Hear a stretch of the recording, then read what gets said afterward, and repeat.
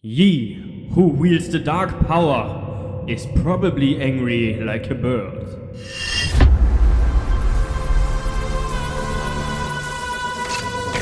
Looks like Jack still got the mojo.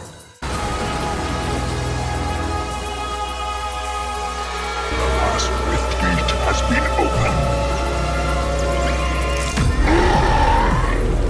You cannot hide from me, boy. Do something, Jack! What's this do? Or that? How about this one? Anybody press all the buttons? What was that thing? Hang on, everyone!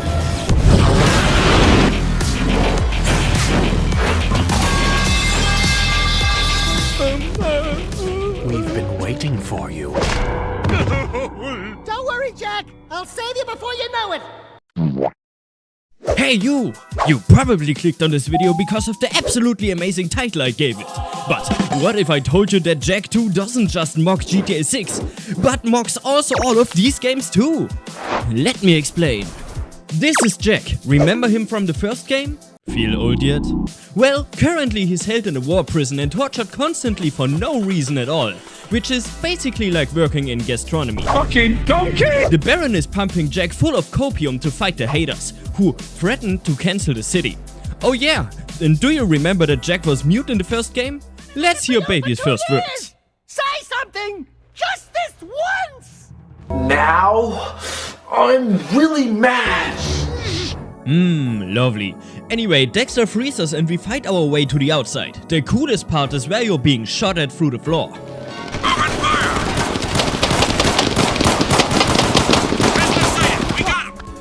But as soon as we're on the outside, we notice we haven't escaped anything yet. We're just in the big bowl and you're the cereal.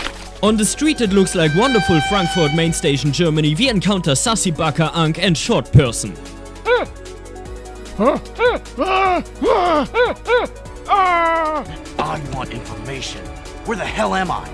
And I have a sausage McMuffin with no cheese.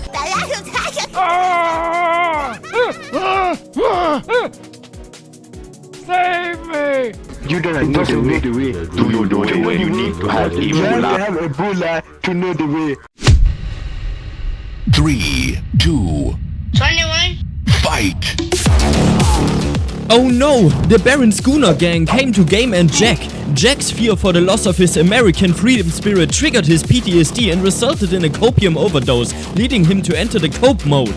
The cope mode is a new addition to the game and basically Jak's response to the dark eco, but also it's edgy as fuck. Happening to me. Something he did. I can't control it. So now we are free to explore Haven City, or rather, this sector we're currently in for now, which is the Slums District, as other parts of the map are locked right now. And this, my dear modern gaming fans, is a perfectly sized map. Insert Homelander meme. I gotta tell you, it was perfect. Something is happening in every corner of the map, details everywhere. Like here for example, empty fruit stands because the people here are poor and starving, compared to the brimming full fruit stands at the Bazaar district later in the game, which is a way richer and healthier city district. Anyway, Grams gave us a contact, so we hijack a Zuma just like in GTA by the way, and meet up with a shady guy who works in the underground, just like GTA by the way. We're looking for a guy named Torn. Core sent us. Are you Torn? New faces make me nervous. My name is Jeff.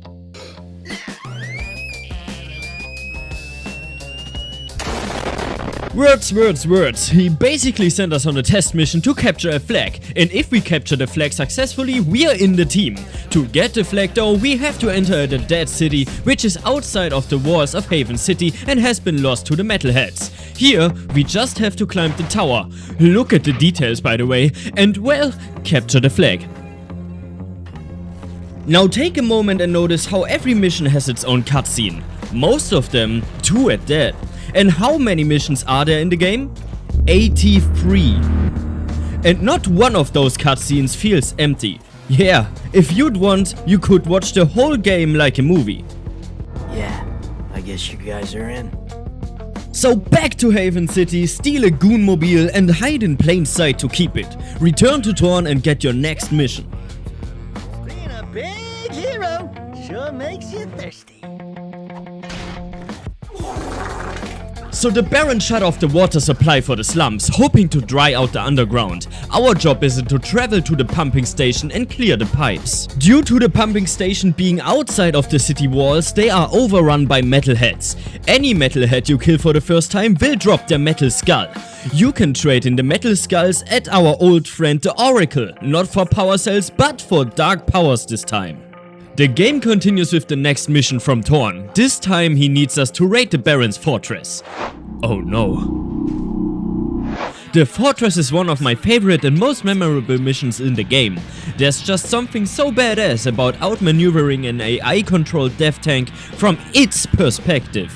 Don't get me wrong, it's quite difficult, but so much fun. Dodging turrets, climbing over beams in the ceiling, spinning platforms, laser doors, the occasional death, platforming, guard punching, accompanied by a cutscene showing us the Baron's shady business with the metalheads, topped off with the AI tank's return and the destruction of a nuke at the end. Insert Homelander. Oh wait, we did it already. Hey, I'm Divine Devil, or at least that's my channel's name. My real name is... This is my channel, and this is what I look like.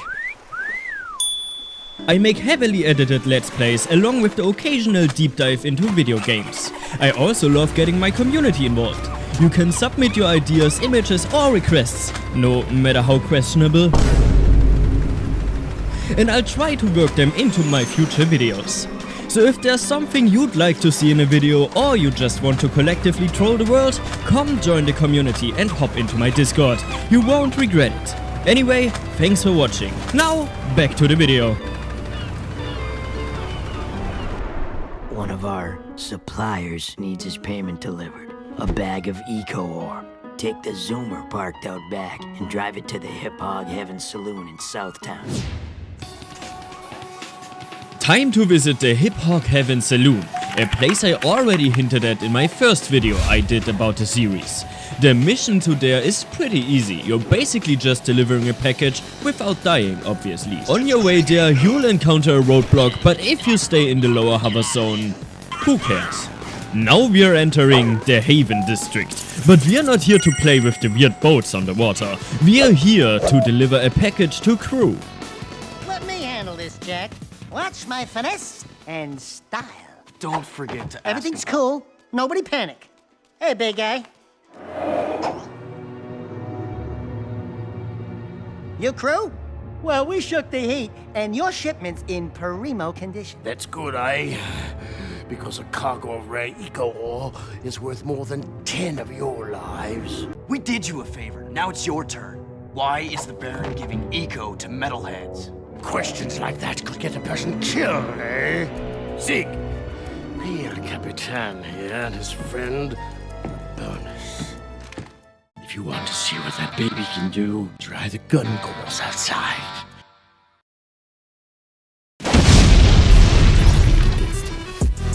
So now we got to know Crew. The scummy information broke off the underground and he gave us our first gun. That's right, there are guns now, multiple even, and any of those are as unique as the weapons in Ultra Kill. I mentioned Ultra Kill, you gotta subscribe now. This gun, the Scatter Gun, is a shotgun type gun, sending out shockwaves of red eco. Oh, there it is again, eco. That's right, the people of this reality have now the science necessary to understand and use eco effectively. But we are currently using the eco tech at the gun range to prove our worth to Crew.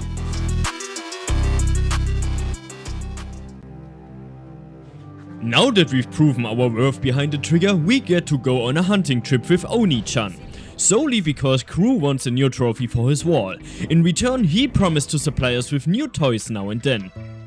ようチード機械の連中を狩りに行く準備をいいか俺についてこい離れるなよ Now, here we can see Oni-chan in his natural habitat shooting badass metalheads with the kawaii gun.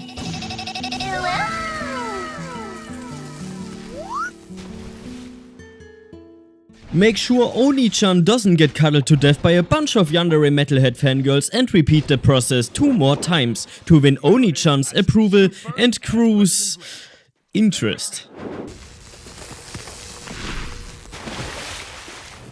みんな素晴らしい仕事をしてくれたね。KREW もきっと感心するはずだよ。本当にすごいよ。やったね。Since we demolished some metalheads and collected their skulls, we can trade them in now for new copium powers at the Idol of Cope. This is how we unlock the Copium Bomb, a massive AoE attack capable of one-hitting most enemies. The next mission crew has sent us on takes place in the sewers of Haven City. Gross? You bet. All the nastiest stuff floats in the waters down here. Hideous. Like the mass from Ultra Kill. Anyway, crew sent us here to eliminate 4 turrets the Baron put up to make future smuggling easier for him. But this place is also metalhead infested. This is the jumpscare that always got me as a kid. And this is the dark room where it's advisable to drop a bomb. Phew! Easy, right? What's next? What is that horrible smell? Burger King foot lettuce. The last thing you'd want in your Burger King burger is someone's foot fungus. This could have a serious impact on the lady factor. Oh, hell no, man. What the fuck, man? No. I think it was my lunch, actually.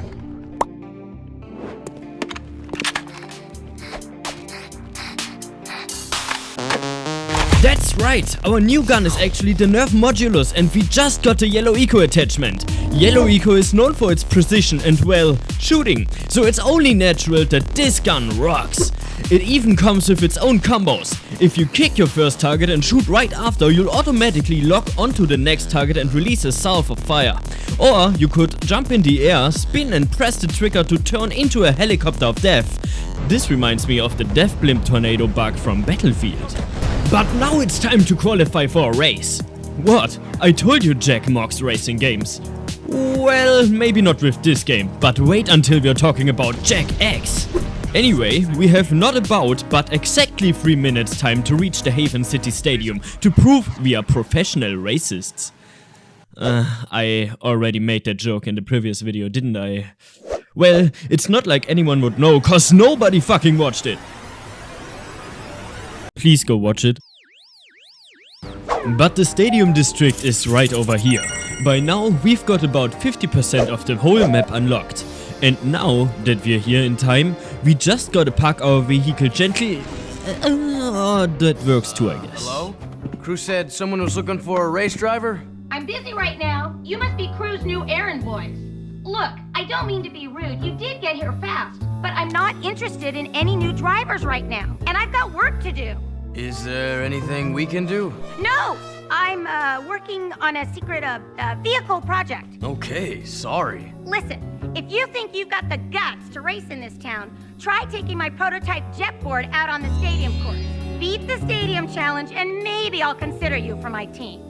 Nah, she got you blushing to an hell no, man. You gotta lock up, bro. That's not even you two on fun and great, bro. So, she got Jack Blushin Twin or Helena Twin, you gotta lock up Twin, bruh.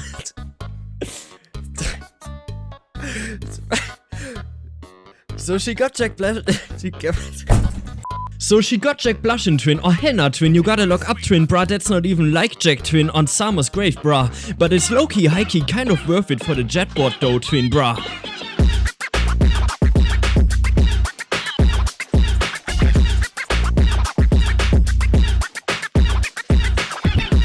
Oh yeah, that's the jetboard, Twin, and it's absolutely worth blushing over, Twin, bruh.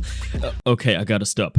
The mission is to earn 50,000 points with doing jetboard tricks. Unfortunately, once we've hit that goal, we have to say goodbye to the board for now, and report back to the mysterious girl behind the curtain. Great. People do get lucky. Listen, don't you have someone to collect money from or beat up or something? You don't like us, do you?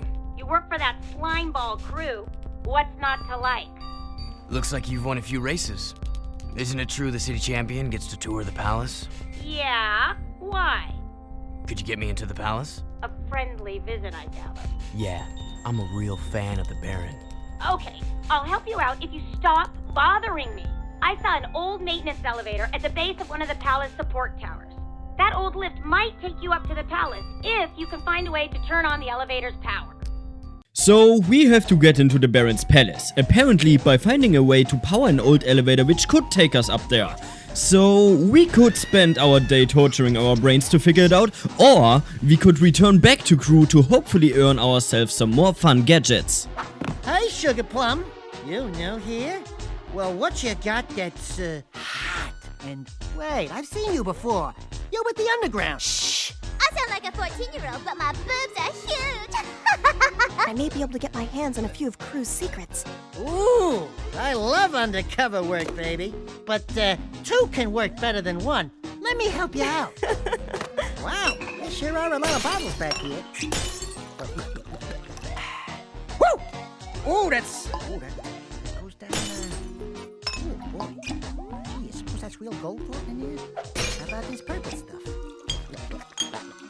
Woo! Jack. That's the stuff. I need you Fire. and that talking rat to go around and make a few collections for me. Hey there, Five Gins. How's crimes?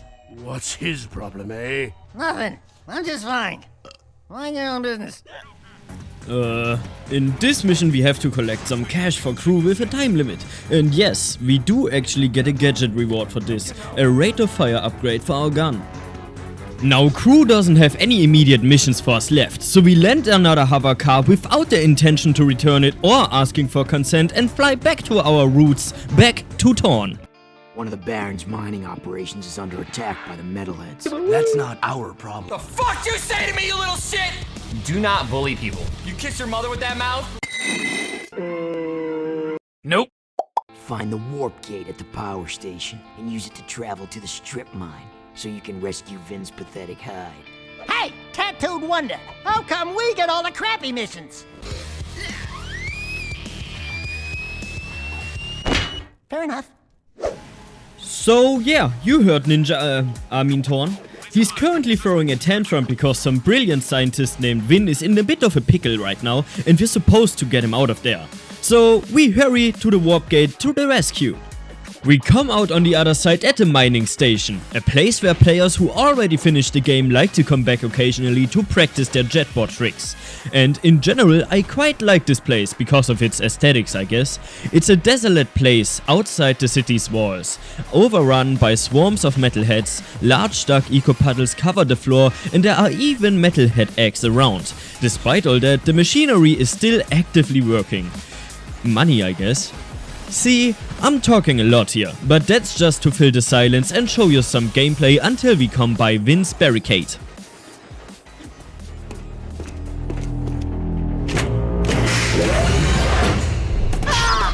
back! Do something, Jack! This guy's crazy! Hey, are you Vin? We're here to help. Torn sent us. Piece of shit. Well, if we were here to kill you, you wouldn't be talking right now. You kids are my heroes. You saved Grandpa's life. I love you so much. Your parents are a bag of dicks. Getting high and playing video games is the best. I'm beginning to wonder that myself. If you want, you can stay here and be metal meat. But Daxter and I are leaving before those monsters get back. Now we gotta get out of here. Come on now. So we're back and ooh, another cutscene. Not so fast, Morty. You heard your mom. We've got adventures to go on. And we'd like to thank you for being such a bad shot. Oh, it gets darker, Morty. Welcome to the darkest year of our adventures. First thing that's different, no more Dad, Morty. He threatened to turn me into the government, so I made him and the government go away. I've replaced them both. I've got a few surprises for those metalheads. And now you're gonna have to go and do whatever I say, Morty. Forever. Great, another guy to boss us around. And this one is probably an alcoholic with anger issues. He sent us to yet another area, a massive factory in the sky. We are here because the metalheads have once again infested the area and laid their weird eggs everywhere. Our goal is to destroy every last one of those eggs. And how are we gonna do that? That's right, stationary turrets. This is how it's gonna work. Fight your way through a bunch of metalheads to the turret. Shoot the eggs while being assaulted by more metalheads, thus clearing a path. Now, take the cleared path and repeat the process a few times until there are no more eggs left. One of my old guard comrades was sent to the pumping station. There's been no word from the patrol, and after what you guys ran into out there, I'm afraid she may need some help. Did you say she? Don't even think about it. So we think about it and we think about nothing else. Not even road safety. There's a woman at the pumping station, and if Jack rescues her just right, she might even pump his station. If you get what I mean. We enter the area and immediately notice the new metalhead variants who are now occupying the place. These ones are tanky, tall and can even shoot, so best to use the yellow Eco Blaster against them from a distance. What I really like about this game is that it doesn't outright tell you where to go, you know? I mean, there's no minimap in the outer city areas, there are no hovering "go here" signs ruining the immersion, but you still instinctively know exactly where to go. It's been years since I touched this game and I completely forgot where I had to go, but still, I found the right path first try. And that's what I call quality level design. Insert Homelander... Nah, I'm kidding. But maybe we could get Knuckles to approve this. Excellent argument. Approved. Thanks. Yeah, what the heck are we doing risking our lives to rescue some old Crimson God hag anyway? She's probably got more facial hair than me. Who the hell are you two? I do love a woman in uniform. Want to bark some orders at me? Woof, woof. I'm your soldier on the front lines of love. Waiter, foxhole for two. Keep talking and I'll raise your voice a couple of octaves. Easy. Torn asked us to help you. I don't need help, but you might. We've got company. Obviously, Jack can't handle the way Ashley just folded his friend in 2 seconds, so he pulls out the cope mode to relieve his anger issues on some innocent bystanders. Hopefully this way Ashley will start blushing over our twin bra, cause Jack is just so dark and mysterious and... yeah, there's a reason it's called cope mode. Watching me take care of those metalheads was pretty exciting, wasn't it, Sugar? Hey! Sweet Stripes! Give me them digits so I can look you up sometime! We'll party hard! If curiosity's worth dying for, you can ask the blind old soothsayer in the bazaar named Onan. You're listening to Huamoco Radio. Huamoco Radio. Wow, wow, wow. She might know something about all this. Here's my bazaar access security pass. Your name's Ashlyn, huh? Oh, her name was Ashlyn? Fucking forgot, man. We're even. Wow! What a woman! Arrgh. So yeah, that was Ashlyn. Phew, it's a good thing I write my scripts on the fly, or else I would have had to go over the whole thing again. Anyway, she gave us the yellow security pass, which unlocks the bazaar area. I hinted at earlier at the beginning of the video, about 20 minutes ago. Jeez, you're still watching? So we fly over there and talk to our new contact. Cool, check out all the dead stuff. Ow! Touch the goods again, rat boy, and you'll be counting with your toes. I am Pecker. Yes, I know. My mother, she was very vindictive. I am Onan's interpreter.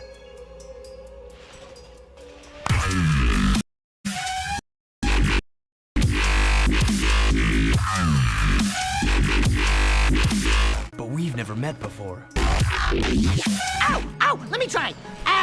She wants a... No! I got it!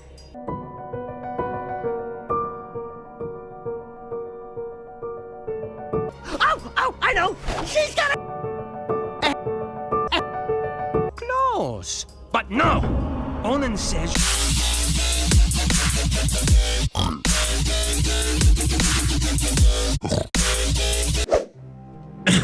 Let me translate. There are 3 artifacts lost at the Precursor Mountain Temple outside of Haven City. Onan believes are important. To go there, we have to travel to another warp gate behind the garden area of Haven City. There, we have to jump into the gate and come back out on the other side of the ravine. I really love the calm ambient music that's playing over here, so I'll let you listen to it a bit in the background.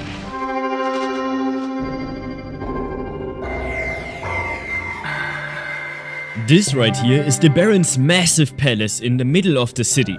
The view from here is always breathtaking, just like Keanu Reeves, so I often stop by to look at it, or take a screenshot to set it as my desktop wallpaper. Alright, enough admiring the scenery. We're here on a mission. Take the platform down, shoot metalheads, take some more platforms down and fight the rhino metalhead. Its only weakness is its soft underbelly. Now take the stairs up and you'll be standing in front of the Rolling Stones. No, not the band, the real ones. And these stones are a menace. I don't know if it's just me or if I got unlucky here. Maybe there's even a strategy here, but I couldn't find any. I tried again and again and again to make it past them, but there's no pattern. They just fall and crush. So after a few attempts, I finally came out on top. And that's also just where the first of the 3 artifacts is. It's a small shuriken looking like thing, and in pure Dexter fashion he destroys the whole apparatus while taking it without even noticing.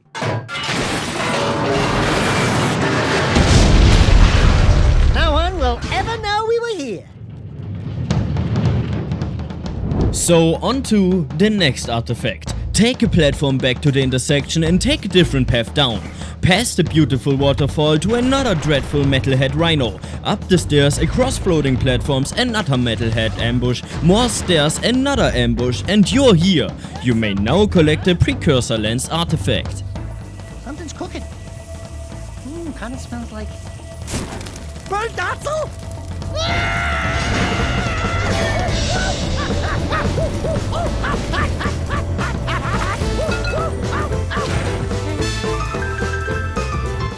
I wonder how burnt Otzel tastes like. Maybe something between a rat, a hamster and a weasel? But then again, I've never even tried one of those. On to the third and final artifact. Starting again from the intersection, we make our way through some more jumpy metalheads, past the shifting platform with Dark Eco at the bottom, to a pretty cool cube puzzle. Basically, you have to uncurl the cubes to form a bridge across the Dark Eco Sea. Once you've made it to the other side, it's time for a metalhead rhino battle again. Defeat it and now you can claim the final artifact and finish the mission to retrieve all 3 of them. Congratulations! Next up, we return to Haven City and return to Vin. Vin, buddy, we need a favor. We need you to switch on the access elevator in one of the palace's support towers. I probably could, but here's my reverse ask. Why in the Well, if it's too hard for you, I understand. Power stuff can be tricky. How dare you? You are a f***ing joke. You f***ing suck. You've always sucked. You're an embarrassment to me, and I don't need you anymore. I don't need anybody. All I do is eat and 69 Nintendos, bro. How dare you even ask me that? And why aren't you more ashamed of yourself? If we can kill our enemies, but we can't jack them off, then how are we better than them? Vin, you're a genius. So we tricked Vin into finding a solution. He hacked into the system but found that we have to press 5 buttons hidden underneath certain turrets to bypass the security system. The mission isn't all that difficult, it's just fly over there, destroy the turret and press the button underneath it, and the next, all the way to the 5th.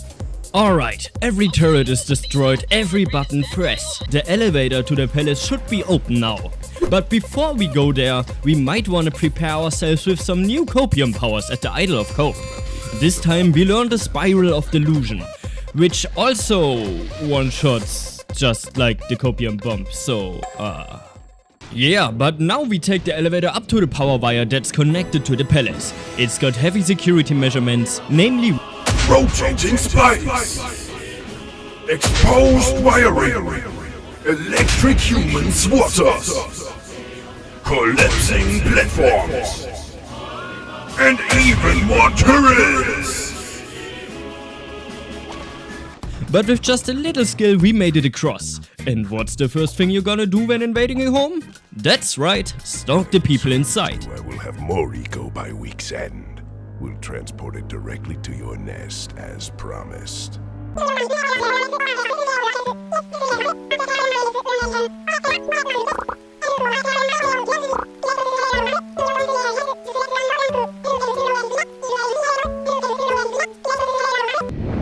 He's toying with us. I cannot accept that. I've got anger issues. Patience, Commander. No one has ever penetrated the metalhead nest, you know that. I've seen what comes of such foolish plans. No, strength is their weakness. We play helpless. We train them to eat from our hands. And then... Move forward with the plan! Tell Ashlyn to up her patrols. I want that tomb found. How is your voice that deep? It's kinda rizzy. Let me smash. I'll see to that problem, one way or another. Ashlyn is the Baron's daughter? And find that child! If you'd spent half as much time looking for the little brat as you spent flirting with that mechanic girl, we would have pinned his royal ass to a wall long ago. As you wish. With enough persuasion, I'm sure our spy. I smell Taco Bell. Jake, I thought it would be funny. Ah shit, what the F, Dexter? To be fair, it was pretty funny though, but do you think the Baron heard us? So, we have a rat in the walls, do we? A rat in his void, it seems. Back for a few more Dark Eco treatments? Will allow me to put you both out of your misery. Yeah, probably. So the Baron pulls up in a pretty cool looking Evangelion. I don't know how it works, but apparently the tentacles enable him to fly. If you look closely, the Baron's got a force field going on, which is making it difficult for us to shoot him. Luckily, he's got a flaw in his tech, because him shooting at us also uses up energy. Energy that should be used to power his force field. Wait for him to fire his shots and his force field is forced to reboot. That's our chance to shoot him down. In the bottom right corner you can see his health bar consisting of 3 separate bars. Every time you deplete one, the Baron will lose control over his mech and will crash into the gate, where you'll chase him through and begin the next phase of the boss. In the first phase he will shoot you with guns, in the second he'll pull out his rockets, and in the third he comes up close and personal to ram you. Survive and beat all 3 of these phases and you'll have beaten the first Baron encounter. The dark powers I gave you can't protect you forever! Since I made you, I can destroy you. We'll meet again soon! Yeah, whatever. Bye-bye. Yeah, the Baron is a pretty sore loser, but now that we've got some interesting insights, we take another elevator back down and meet up with Thorn to discuss.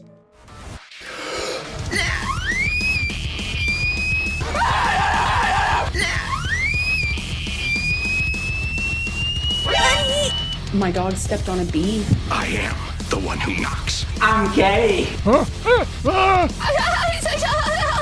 It's called you kiss your mother with that fucking mouth. Get in the car and pick up 4 random dudes who are apparently part of the underground team. That's right, you're playing Uber now. And you drive them exactly 2 meters. Prison guards are everywhere.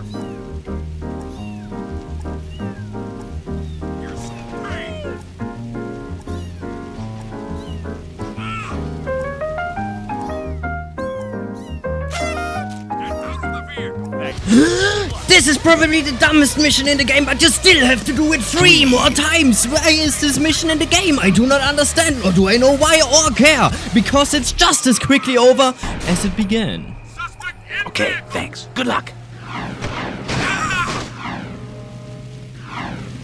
The operation was a success. All underground members are safe. Come back to the hideout. I have a new mission for you while we wait for this alert to blow over. I'll spare you the chaos and screaming. Basically, Thorn wants us to go back to the Dead City, clap some metalheads and maybe take a look at some architecture over there. But he also rewards us for our previous hustle with a new gun mod, the Vulcan Barrel. The Vulcan Barrel runs on Blue Eco. Blue Eco is known for powering things and for being super fast. So this gun shoots quick. Quick enough to lift enemies into the air while nailing them, with bullets. Anyway, we fight our way past some new metalhead variants until we come out at a strangely familiar place. I hope you watched my last video, or else you might have a hard time catching up. Is that... No, it couldn't be. That's not... It's Samos's hut.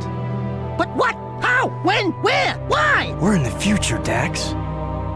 This horrible place is our world. That's right, introducing Time Travel GTA. Jack apparently traveled into the future when he jumped through that rift gate in the opening cutscene of the game. Well, at least he's got a good excuse for his copium addiction now. But we still have to report back to Thorn. Why is that place in the old ruins so important to you? There's a powerful energy force at the old house. The metalheads are drawn to it. No kidding. We used to know the guy that lived there. So, you're the new recruits who keep getting into trouble. Oh, no, not not you! Welcome to our humble underground movement. I am known as the Shadow, but you may call me Samos. And you are? Sheesh, Jack, we went through all that to meet His Holiness, old log-in-the-head Grandpa Green? Don't you know who we are? Sorry, kid. Never seen you before. And I never forget a face, especially one that ugly. So it begins.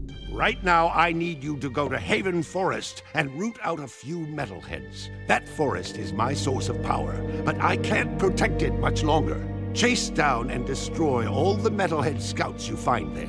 Good luck, and welcome to the fight. So, did I get this right? Patapim is the Shadow? And the Shadow is a younger version of Samos? Wait, but we traveled into the future, right? So how could he be younger here? I'm getting the feeling that some things don't quite add up here. Still, it's probably a good idea to follow his request for now, given our "we are still just as lost and confused as ever" status. Wow, the jetboard's ours! I call shotgun.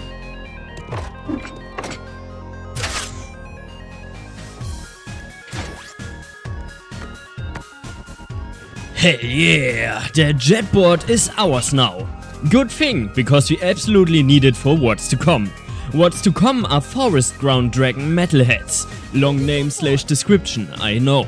But these guys are picnicking on Grandpa's lawn, so we're here to shoot them off by catching up to them on our jetboard and running them over. It's a pretty well made mission designed to teach you how to use the jetboard effectively outside of the stadium. You discover that it's possible to jet over water, grind any railings, jump over large gaps and even use it to attack. Plus, the music in this mission is really cool.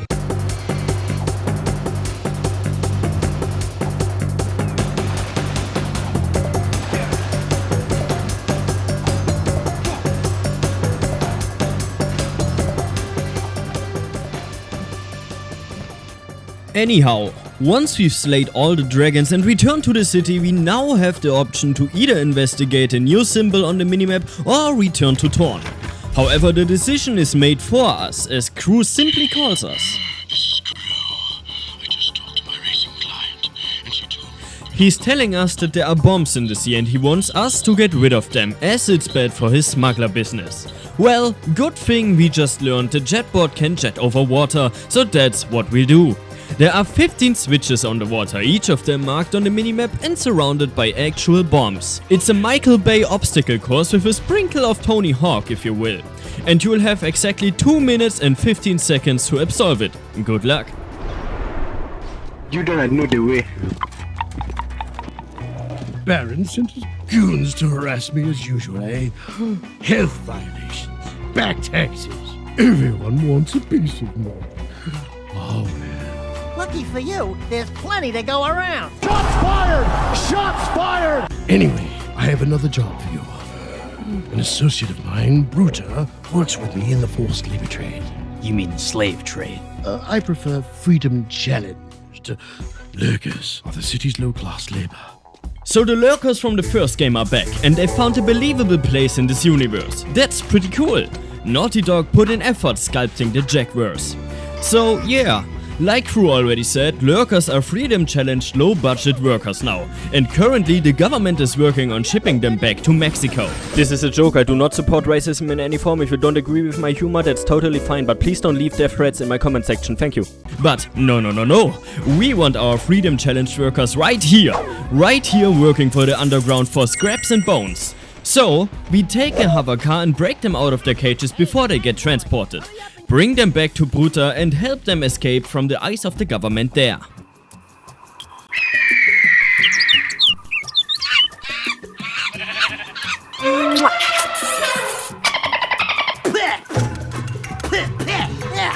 No toucher, the dude.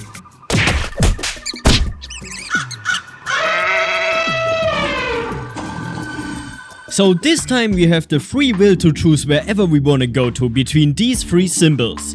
And this time I chose the guy who screams a lot. I want you boys to escort the kid over to Core at the power station. This kid's definitely on crack right now. I found him just wandering the streets, but that amulet around his neck means he may just be the lost heir to the city. Take the kid and the mutt to the power station. Watch out for guard patrols and defend the kid at all costs. The mission is simple. Escort the kid through the slums all the way over to Wynn while being assaulted by Crimson guards. Stray too far from the kid? Mission failed. Let a guard come too close to the kid? Mission failed. Die? I think you get the point. Finally, let's get these two to court. Samus told us to bring the kid to you. Back on the streets of Haven City, we can't shake the feeling that we might have made a severe mistake. Something like a severe and continuous lapse in our judgment. So, 3 options again! This game is really turning into an open world now. Necromancy may be legal in Cyrodiil, but few will openly admit to practicing it now that the Mages Guild has banned it. Farewell. Anyway, I chose crew here again because weapons, right? Years ago, when I was an art collector, I hit the local museum to borrow a famous statue of Mar, the founder of Haven City. In his hands, the statue held the ruby key to the city, an artifact of surpassing beauty. And, of course, priceless worth, eh? So back in the sewers, eh? Well, at least the mission down there is pretty fun. It's another jetboard obstacle course with interesting water level mechanics. Basically, you navigate on the water surface through pipes and tunnels past dangerous traps and explosives. Then you flip a switch and the water level lowers.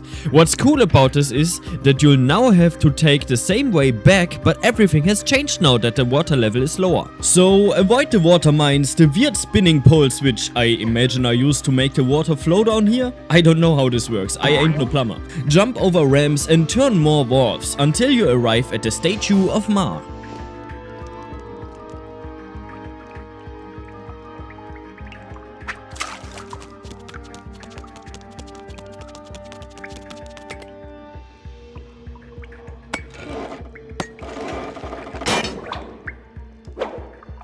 Whoa! Got it. Where would you be without me, eh, Dax? Might be working at McDonald's. Well, we've got the weird key now, so what do we fancy doing next? Maybe we'll check out the ominous red skull symbol on the map. Oh hey, it's Ashlyn.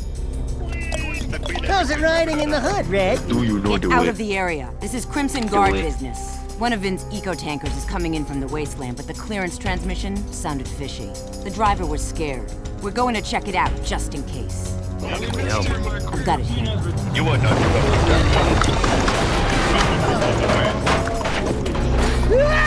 A metalhead sneak attack! Damn! It's just us! Help me take out all the metalheads! What happened to the 50 guards that were here just a second ago?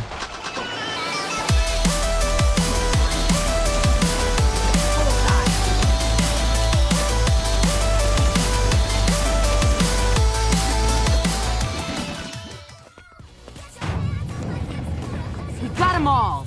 The metalheads are getting bolder every day. It's almost like they're testing our defenses, like probing attacks. I've got a bad feeling about this. Yeah, you're welcome. Somehow the Nightcore-loving, red-headed, uniform-wearing Crimson Guard Queen never learned to say thanks.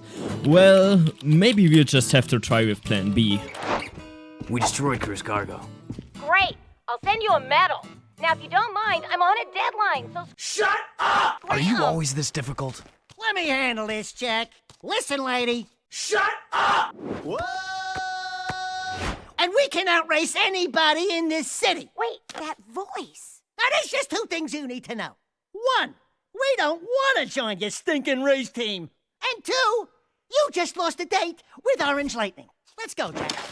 Daxter! It is you! Kira! That's right. I am Kira.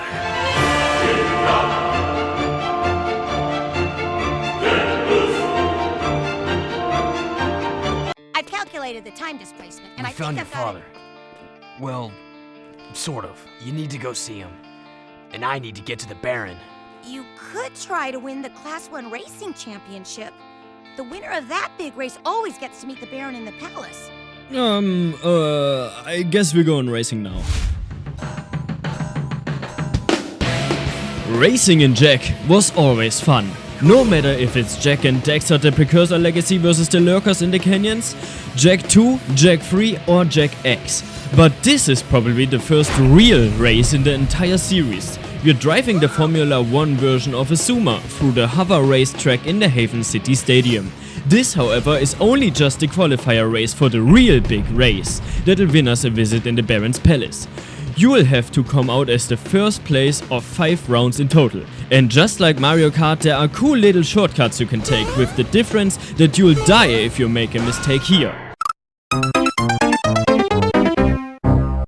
There are also these pink orbs which act as booster reserves. You can carry 3 of them at once, but honestly saving them up isn't worth it. It's better to use them tactically. Now, I will admit I did pretty badly here, as it took me 19 minutes in total to beat this race, but you're watching the final attempt right now. Once you cross the finish line for the final time, your times will be listed. My final try took me 2 minutes and 41 seconds. How did you do? When is this city gonna provide some challenge, huh? Hey, I watched your race today. You were pretty amazing out there. Let me smash, please.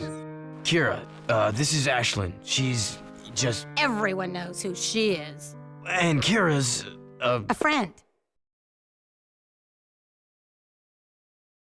What the fuck?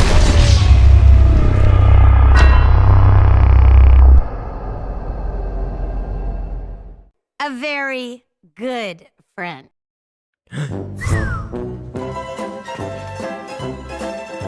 Bitch!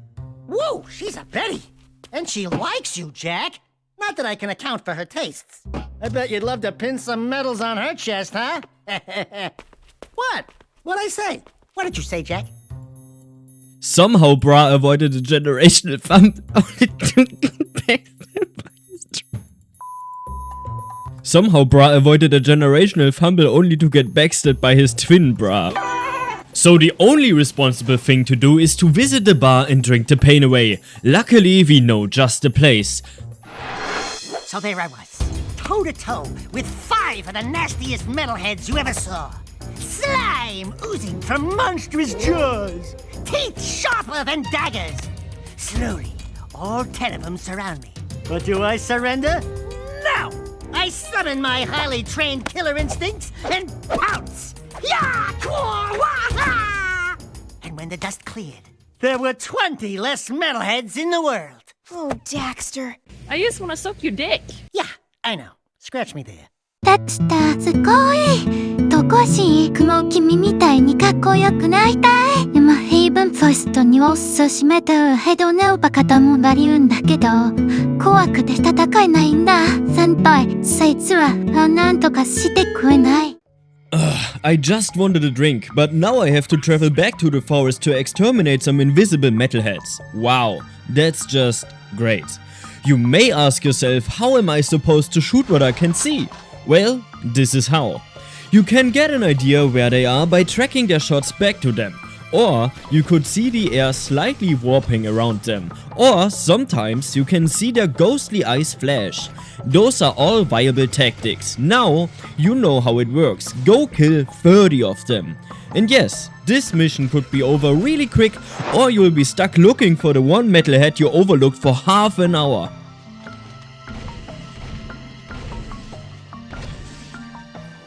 And now comes the mission most people consider to be the most difficult in the game. That is it! Piece of seal, yes? Nice and shiny, huh? All yours! Uh-oh! I think Red Trooper's approaching! We take the seal piece and get immediately swarmed by the Gooner gang. The goal is to cross the slums and escape through the city. I remember I used to save this mission on a separate save file so I could play it over and over again, because I honestly think it's super fun. Gooners will spawn infinitely, and if you get too close to the goon hover cars, they'll shoot you too. You can have fun hacking and slashing through all of them, or simply walk past all of them. You just have to be quick enough and you won't even have to fire a single shot. So yeah, despite what everyone always says, this mission can be actually quite easy, depending on how you approach it. Okay, so now we only have one destination left on the map for now. It's the Haven area, so of course that's where we go. There's a transporter vehicle we have to climb in, and it'll take us to yet another new area. By now, it's pretty late into the game and there are still new areas introduced to us. This is, in my opinion, how you keep an quote-unquote open world game fresh and interesting. I don't think we need a huge map to explore right from the beginning, but a smaller, more interesting map that gets unlocked right when we crave something new. And here's the crazy part. This part of the map is actually connected to the main map through a passageway only accessible once you have the jetboard unlocked. You are never forced to find this passage, there's no mission which requires you to check this path out, but you still can, and it's only there to connect the map in an interesting way. Wow! Anyway, let's continue with the actual mission. We'll have to take an elevator down into a large, dangerous cave. Down there, you'll find, apart from all the gooners, a gigantic drill, which we're here to destroy. You destroy the huge thing by once again using your jetboard in a creative way, meaning you'll skate over railings, cutting the support ropes of the giant drill. These support ropes are tied everywhere around the huge drill platform. The goal is to sever all 24 of them, and once you did that, a cutscene will play.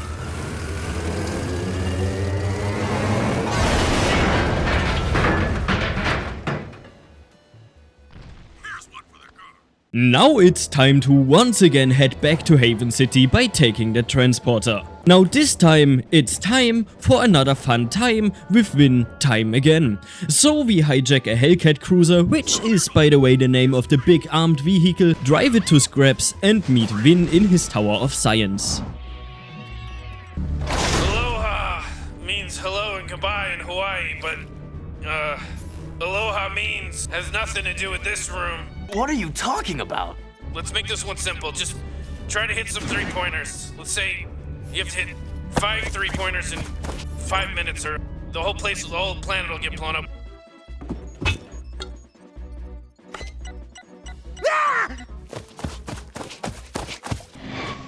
So, Vin felt funky and handed us 6 live bob bombs, which will explode in exactly 2 minutes. To destroy them, we'll have to pull a Lord of the Rings and throw each of them into a fountain or a volcano for that matter.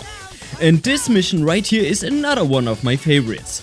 If I had to explain why, it's probably because the pressure of carrying live bombs combined with the smooth tricks and turns you pull with your jetboard. It's super fun jetting up a ramp and landing a perfect throw into a maw of a fountain. The time is also set pretty strict, as you can barely make it in time. Also, I'll say it again, I love the atmosphere of this place, and I believe during this mission it's always nighttime, which works great with the glow of the fountains. Anyway, here goes the last bomb.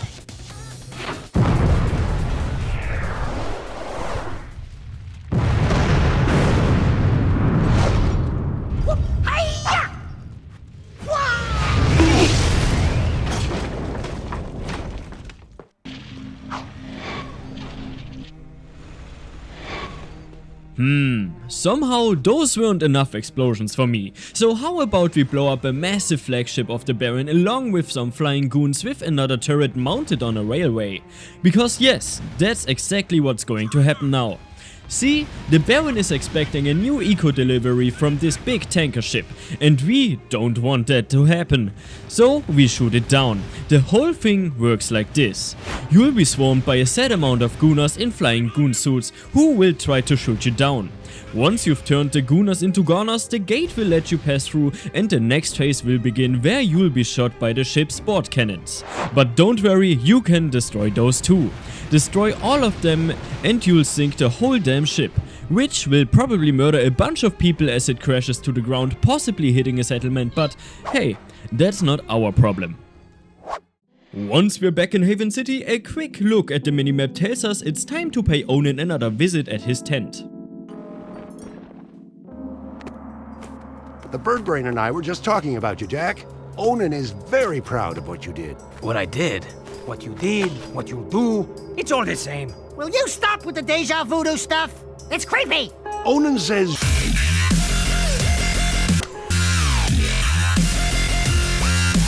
We believe the kid is the key. The prophecies say that Jeez, Luis, faster, lady! Stop with this snooty mythic talk already, huh? You know that it hurts my lips. Why is Mars' tomb so important? Stupid! I added the stupid part.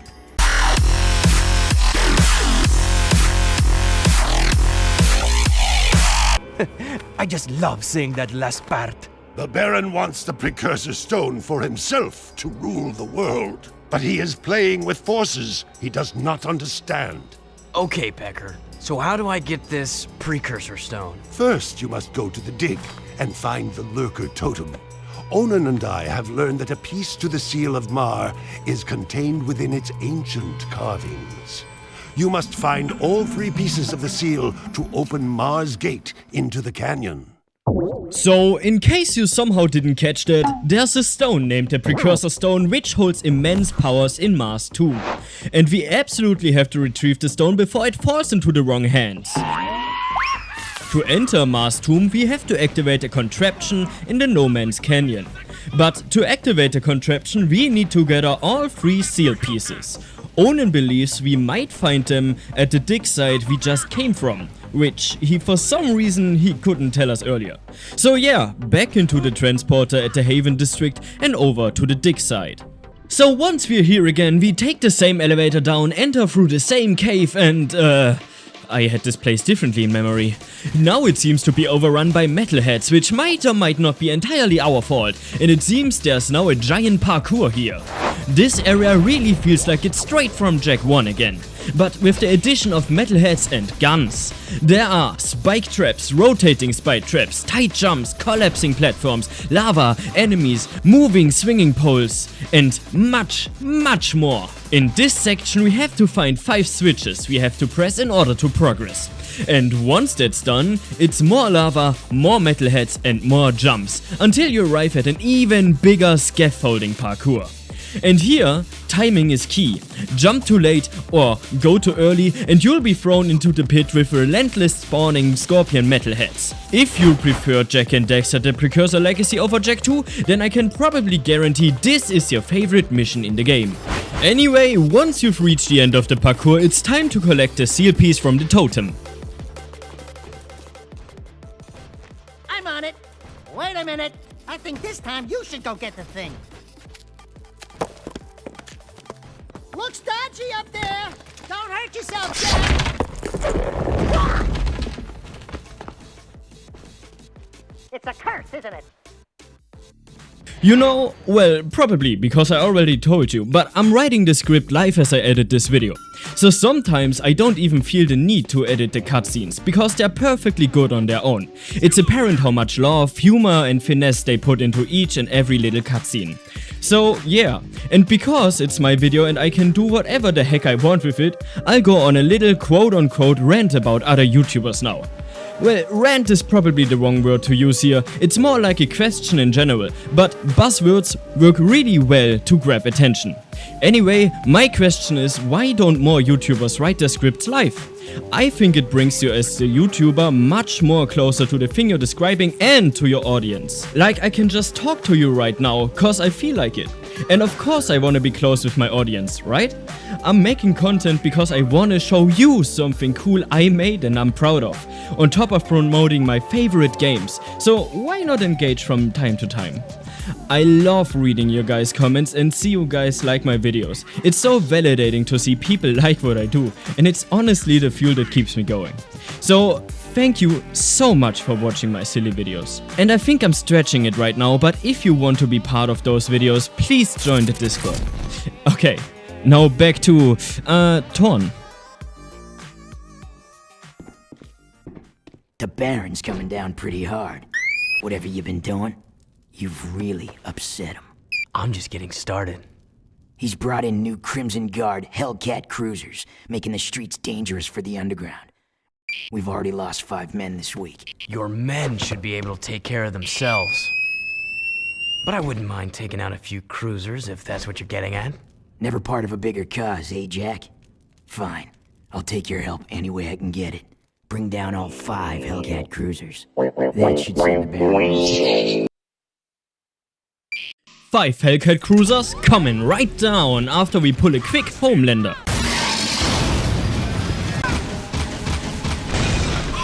Voila! Now just shake the offended Gunners and meet with Onin to play a little game to earn the final seal piece, which turns out she had the whole time in her pockets. What else is she hiding from us? You got enough points! Congratulations! Behold, the Seal of Mar is now complete! Onin says the 3 artifacts you retrieved from the mountain temple are relics from an ancient light tower.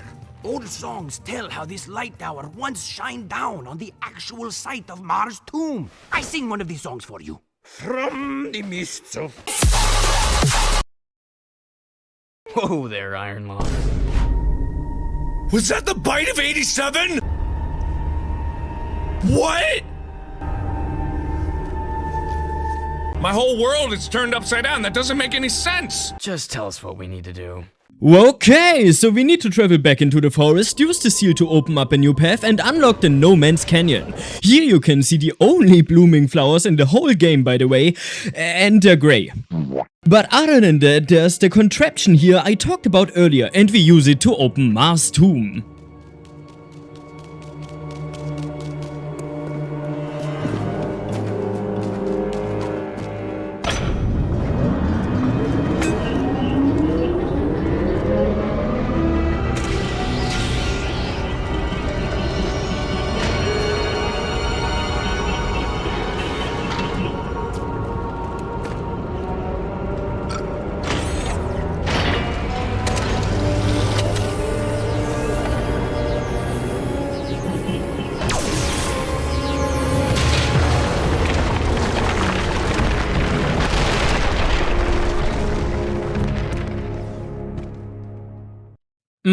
Yeah, that's definitely the way Mar intended his tomb to be opened in the future. And did you hear the person actually dying in the cutscene? Here, I'll play it back. Listen.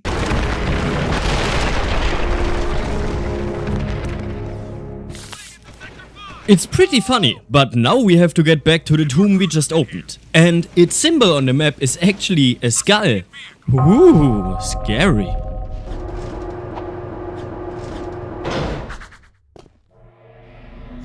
Did it, Jack? You actually found Mar's tomb. Great. Now what? We send this poor kid into a meat grinder? You must be cautious, child. The tests of manhood are sure to be fraught with peril, and Mar's heir must face them alone. It's okay, kid. You can do it. It's just a deep, pitch black, sure to be filled to the brim with painful death old tomb. I wouldn't go in there. Welcome, heir of Mar. Finally, the Chosen One stands before me. Enter and prove yourself worthy to claim the ancient birthright. No.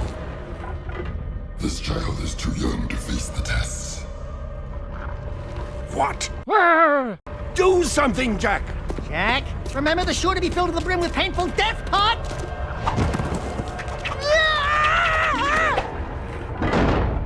Great tree limbs! He's going to face the tests. Oh, my leg! Freeze! Alright, so now it's time for the trials of manhood. The Trials of Manhood were originally designed by Mar to test the strength and wisdom of the true heir. The one who will absolve the trials will be rewarded with the Precursor Stone in the end. To be specific, there are 2 trials you'll have to absolve. One through the left and one through the right door. Also, there are interesting new albino frog-like enemies down here in just this one location, which is pretty cool, as it adds detail. They could have just reused assets, but they chose not to. That's quality game design. Anyway, first off we'll check out the trial to the left.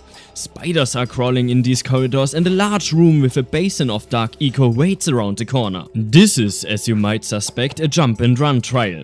We have to jump over spiky platforms, try not to get pushed down by weird pistons in the wall, swing from poles, rearrange the whole room, jump again across moving platforms and spin on moving poles along the walls until you reach the second pressure plate, which will reveal the hidden staircase.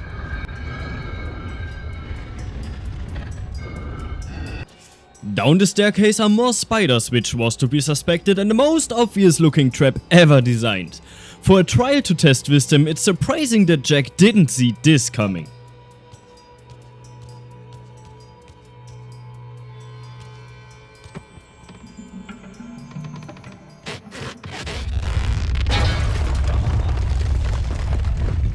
But I guess we can argue that that was actually a good thing, cause now we get to play as Daxter. Finally!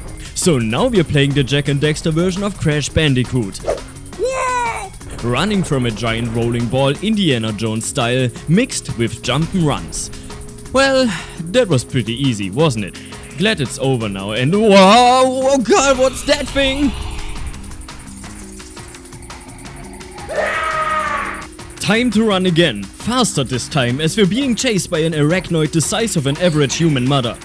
Get the reference? It's a really fun to play chase scene. The spider is adding constant pressure and the fact that you're playing the more or less helpless Daxter adds to the horror of, well, helplessness. We get chased until we arrive at this tower, where we have to jump on spiderwebs using them as trampolines to move up. After that, another short chase scene before we get saved by the door shutting out the spider. Since Daxter got lost somewhere, it looks like we have to absolve the rest of the trial alone as Jak. But fret not, there's not much more to come. Just a short jump and run section along the side of a wall with spinning poles and shifting blocks. At the end of the parkour is of course another pressure plate, one of two we need to activate in order to open the door and thus beat the trials. Now on to the next trial, which is a trial of wisdom. And the trial of wisdom is so cool I could blush over it, bruh. I seriously can't stop with this damn meme. It lives rent-free in my head. Please help me.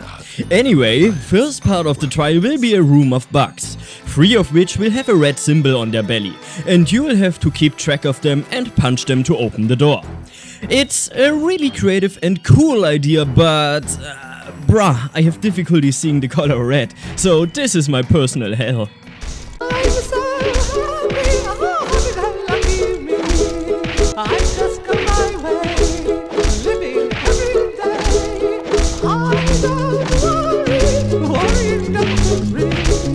Things that bother you never bother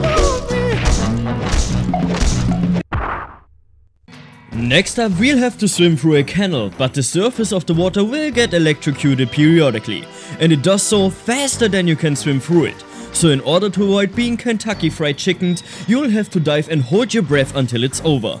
Then it's time for the next trial.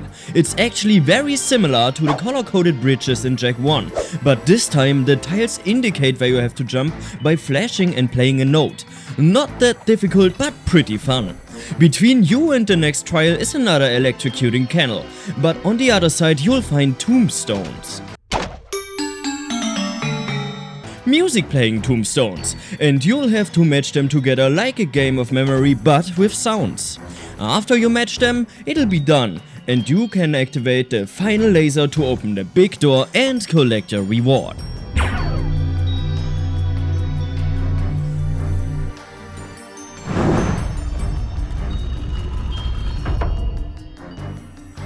You can take this floating platform over there or just fall on purpose. Anyway, once you're back going through the big door, a cutscene will play where we'll reunite with our fuzzy friend who doesn't look all that happy. I had a harrowing experience, no thanks to you. Welcome, young warrior. Many eons have passed since our hope burned so brightly. Today you have proven yourself worthy to receive Mar's legacy. How many cigarettes do you smoke a day? What you are about to receive contains grave power, and with it comes grave responsibility.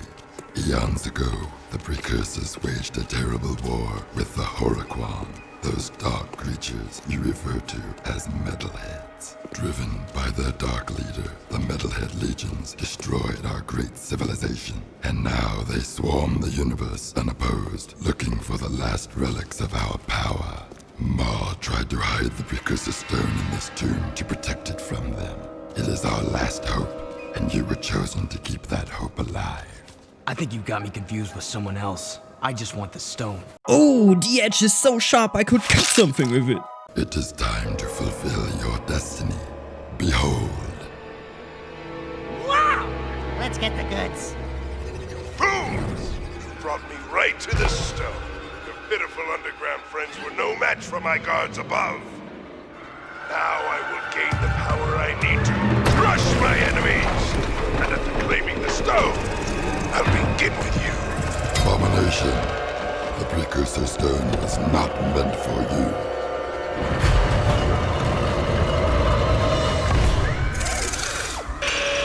Great, now we have to deal with two heavy smokers breathing at each other, and we're asthmatic and in the middle of their dispute. Phase 1 of Baron Praxis' new Gundam will spawn Crimson Bot spiders. If you touch them, you'll be fried, so better shoot them down. Now the Baron will try to take matters into his own tiny hands and shoot timed grenades at us. However, we can table the turns and throw them back to him.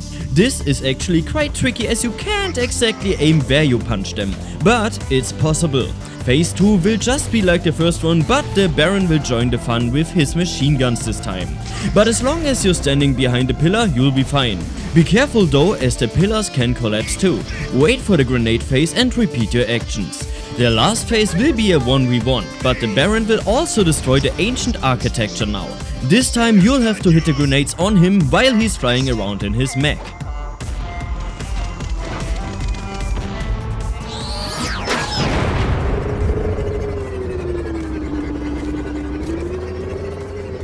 Nice try, but the stone is still mine. Don't worry, I will use the stone to its full potential. Soon all who oppose me will be destroyed by its power.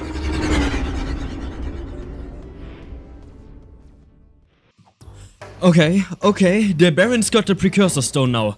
Keep breathing. Well, maybe Torn will have some ideas to turn the situation around, but what? I can't remember Yellow Crimson Guards being here. Well, that's because the game world is actively changing throughout the course of the game, which is almost unbelievable to think of from a game that's 20 years old by now. The rubble from Mars Tomb is still there, the tanker ship at the Bazaar still exists, the turrets you destroyed a few missions back are still in pieces, the yellow guards roam now who tank more hits than the red ones, and there's still some very big things to come. How did the Baron know we were so close to making a move for the stone? It's my fault. Nigga, what the fuck is this bullshit? The Baron threatened to kill Ashlyn for spying. His own daughter. I couldn't risk that, even for the underground. Right. Very good thinking. Except Praxis has the Precursor Stone now, so he can do whatever he wants! There is still a way to get our friends back. And maybe the stone as well. I'll find Vin. Go to the fortress and we'll call you. So it's time to return to the fortress. If you remember, that's where we began the game and escaped the prison from. And now we're here to break back in and rescue our friends. An idea One Piece would shamelessly steal many years later with the Impel Down arc. Now, how do I describe the fortress? You'll have to fight your way through multiple rooms. In the first, you'll have to fight guards and press the buttons they're standing on, clearing the barrier. My suggestion for this room is to spin and win. Once deactivated, you'll have to absolve a tricky parkour dodging the lasers of auto turrets. Behind him is a slope with visually pleasing but deadly lasers you'll have to jet across. Followed up by another turret and grind section. And now a callback to your prison break in the beginning, because this time you're below the mesh they'll shoot you through. It keeps on going as you cross two more turrets and encounter the Crimson Spider Bots again. But when you dispose of them, you'll finally arrive back at the holding cells where you can finally rescue your team now.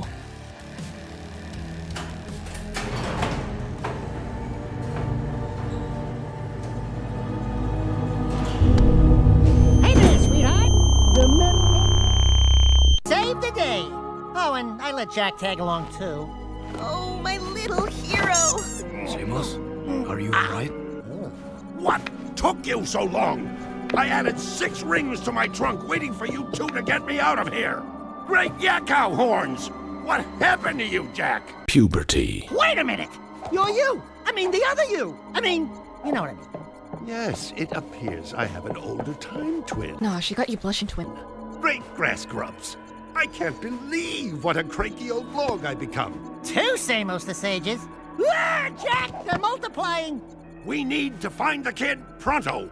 What are you talking about, old growth? The kid already opened the tomb. Our top priority should be to disrupt the Baron's forces.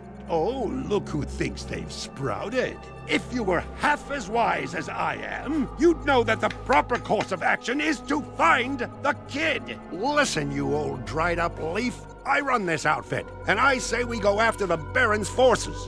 Do we have to separate you two? Vin's activating the warp gate. We need to get out of here now.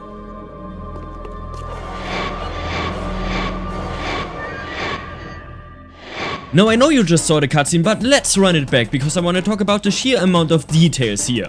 First off, the obvious, ass. Yeah, great. But in the background you can see Jack actually stand there and look for Samus instead of being a motionless background character like so many games and animations do nowadays. Then of course there's Samus, and he actually got eyes behind his glasses. And his little bird isn't just an accessory, no, it moves too. Dexter's little tail wiggles when he gets stressed out. And you can think of puns what you want, but there are so many forest-themed puns between the two Samuses talking. I think it's great. Everyone has their own way to jump through the portal, and even you get to do it for once. So yeah, thanks for coming to my TED Talk. We are back at Vin's Tower of Sophisticated Madness, and have 3 options where to go now. Crew, Torn and Kira. You already know I chose Crew because me likes weapons.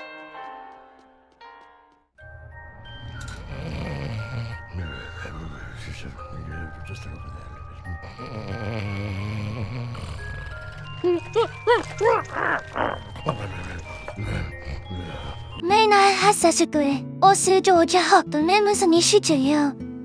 후후 카와이니. Oh, Sig's beginning to like us, Jack. Come here, you big lug. Hugs for everyone. 으싸한 조져 기슈요 쓰쓰쓰. Relax. Watch me butter up Bun Boy. Hey there, stuffed crust. How's it feel floating on top of the food chain? Ooh, Crewmeister. Have you been exercising? You're looking good. You are definitely living large. I need you to escort 3 of my boys down into the sewers and visit that statue again. I've heard that Mars' cheeky face might contain another secret, and I want you to see if the stories are true, eh? Make sure all 3 of my boys get to that statue, and they'll do all the rest, And now comes my least favorite mission in the game. Not because of the mission itself, no, but because of the people we're doing it with. Jinx, Mark and Grim. That's right, it's an escort mission with NPCs. And what bothers me so much is them talking. Great. Yeah, why did we sign up for this? Just shut your whiny traps and keep moving. We This go way, down, go down. So damn This way. Right, here comes Check your target. I was so damn. Just shut your whiny traps.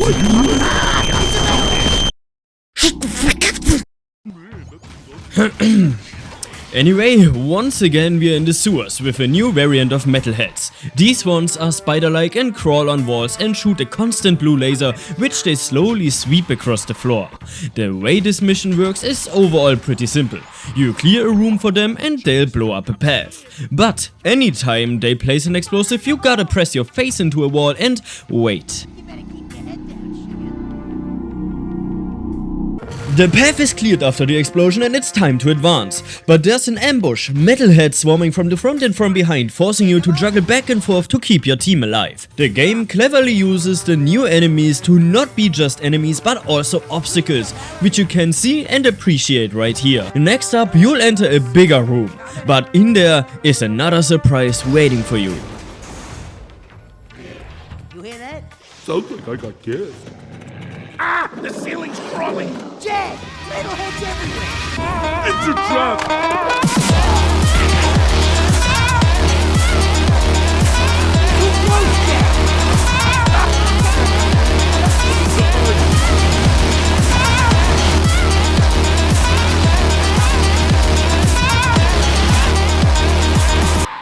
Okay, let's get out of here before more come back.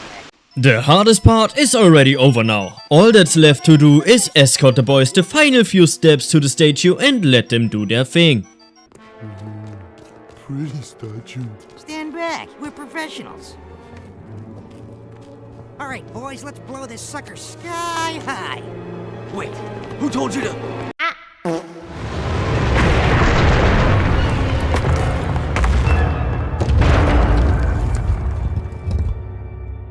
Here's what we're looking for. The Hadamar gem. Thanks for the escort, buddy. We'll take it back to crew. No, Jack is actually a softie and doesn't tolerate vandalism. But I know what'll lift the spirit of our boy. The final flippin' gun.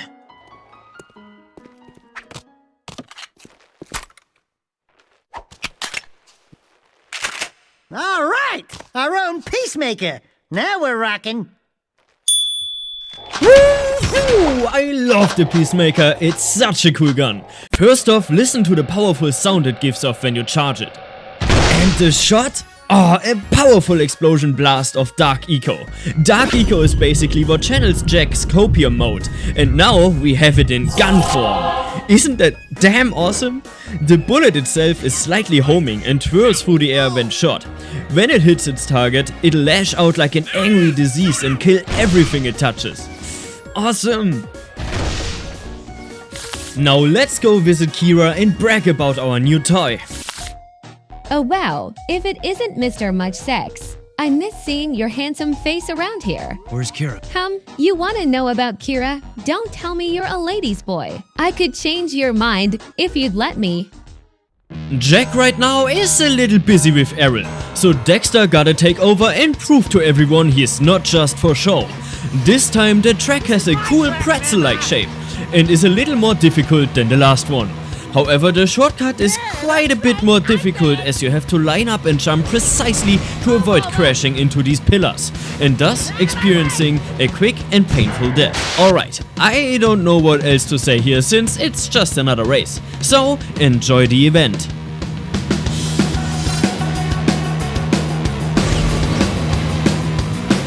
Bye-bye. Oh boy.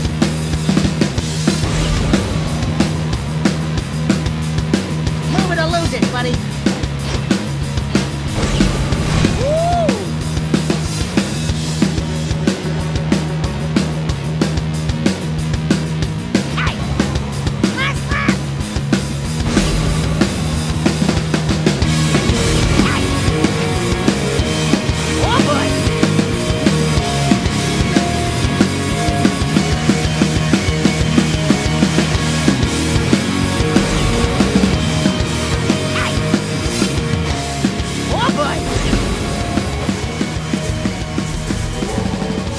Yeah, I fumbled there a little at the end, but overall I'd say it was a good attempt. Now there's a handsome winner. You did it, Daxter! You helped us qualify for the big race! Did you ever doubt? I backseat drive for Jack all the time. Hey! When do I get the winner's big kiss? Maybe later, if you're a good boy. Hey there. We showed those Class 2 losers a thing or two, huh? I saw. You drifted a little high in the turns a few times, but you hung in there. I'm proud of you, Dax. Really? Yeah, you did great. No, we did great. Right, partner?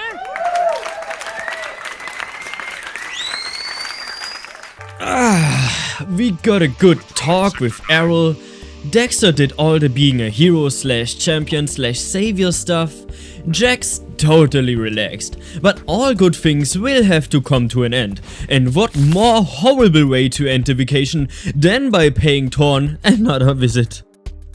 The Baron is still up to his old tricks. The Underground got word that several Crimson Blast bots are zeroing in on the hideout here.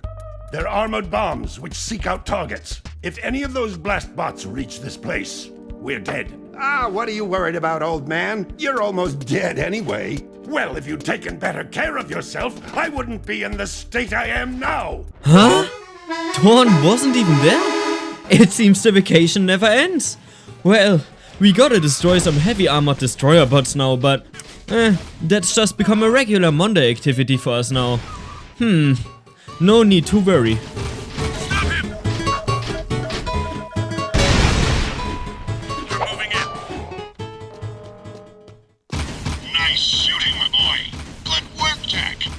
Sleep a little easier tonight. Well, I'm glad I could help Graham sleep tonight, but what now? Oh, I know! Maybe a trip to the Hip Hop Heaven Saloon Bar. Hey, back to work, Toots. She's working, Beach Ball. Quit your yapping. Watch it. or you'll be yet another trophy hung on these walls. Jack, I want you to throw the championship race. Just let Errol win. You bet against us? Jack, it's just business. What do you say, my boy? I'd say you're gonna lose a lot of money. Because I'm going to race, and I intend to win. Oh, you little... Baby, is the big bear bullying you? Let me cheer you up with a little joyride. Hey! Aw, Jack was about to cry because the mini crew bet against him, but thank the precursors for Errol the little honey pie. He's always there to cheer us up. We'll gladly take his offer of the little joyride through Haven City. The joyride is a ring race just like the ones from Jak 1. Miss one and you'll lose. But we'll also have to beat Errol in the race through the city to the stadium. This is a really fun mission. My little trick is to jump over the fence to give yourself a head start. And another jump over this fence, which will, funny enough, catapult you through the air and save you a good second. Also, this trick only works during this one exact mission. So if you don't use it here, you'll never be able to catapult yourself again. The race continues through the Baza area, around the Tomb of Mar, then a half loop around the base of the Baron's Palace, and through the main town and its canals. Honestly, this race is anything but easy. And it might just be the most difficult in the game, because of the tight corners you have to take, the fact that you can't miss a single circle, and Errol being a really good driver. I think it took me somewhat around 40 minutes to beat this mission, but I did it in the end.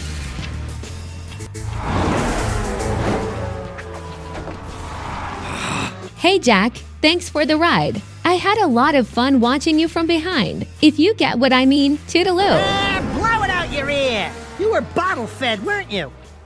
Oh, I cannot imagine a more polite guy than Errol. But I think I got a kindness overdose, so I better go visit Vin, the alcoholic scientist with anger issues, to offset the overdose. Hey there, sack of nerves! How's the stuff going? Shut up, Morty. God, I needed this. Honestly, it's been a while since I've been able to just let loose, you know? And the bad news? Do I look like I know? Last thing I remember, I was in a cave looking at some wet egg. All right, Morty, here's the plan. Destroy the wet egg, just like in Star Wars. I noticed the crane was lifting a large metal container. If we could jump onto the container, we could drop the crate from above. Morty, we really don't have time for this. Go nuts. Get the out of here. So now we're here for the final time to destroy some metalhead eggs. To reach the container hanging from the crane, we'll have to absolve a jetboard parkour spiked with chainsaws, drills, gaps, half pipes, moving platforms, pipes to grind on, and a final big jump to reach the crane.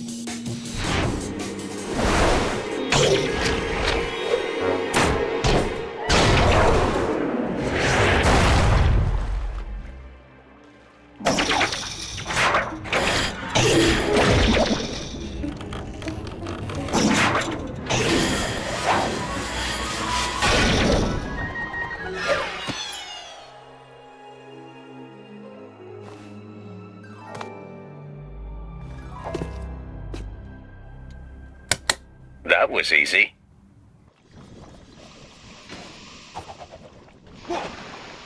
Now a final visit to the Dead City. Last time we came here we didn't have the jetboard, but now we can explore some secret locations where lots of precursor orbs are hidden. And this isn't the only instance where it's rewarded to revisit previous areas. Back at the Cube Bridge puzzle at the Precursor Temple is another hidden passage across from the Dark Eco Sea with some more precursor orbs. But we're not here to just collect shiny eggs, we're also here to progress the story. And that we do, with the help of our very own mech. It can break through walls, throw debris, punch really hard, pick up objects, and has a jetpack. It walks really slow, but feels all the more powerful. However, metalheads with ranged attacks block our path, and they can shoot faster than we can run in the mech. Meaning, we'll have to leave it sometimes to take care of rats ahead and return to the mech to use it as utility. Make your way back to the now completely broken down Samer's hut and retrieve something precious known as the Life Seed.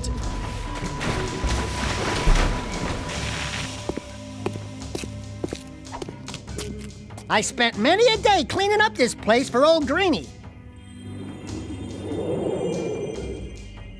Good work, Jack. And So now we've retrieved the life seed for the young Samos, and he'll need it to get his green Eco Sage powers in the future to become the old Samos we know now. But first, we'll have to take the life seed to Onin, cause she needs to prepare it first. Onin has energized the seed now, and the next step is to bring it to Samos in the Haven Forest. But of course, it can't be just that easy, because the Gooner gang also wanna share their seed too. Whatever. We heard you needed the life seed. Yes. Its power will help me speak to the plants. There he is! Roger, we're en route. I see him. Jack, protect me from these guards. I must ask the plants vital questions about our future.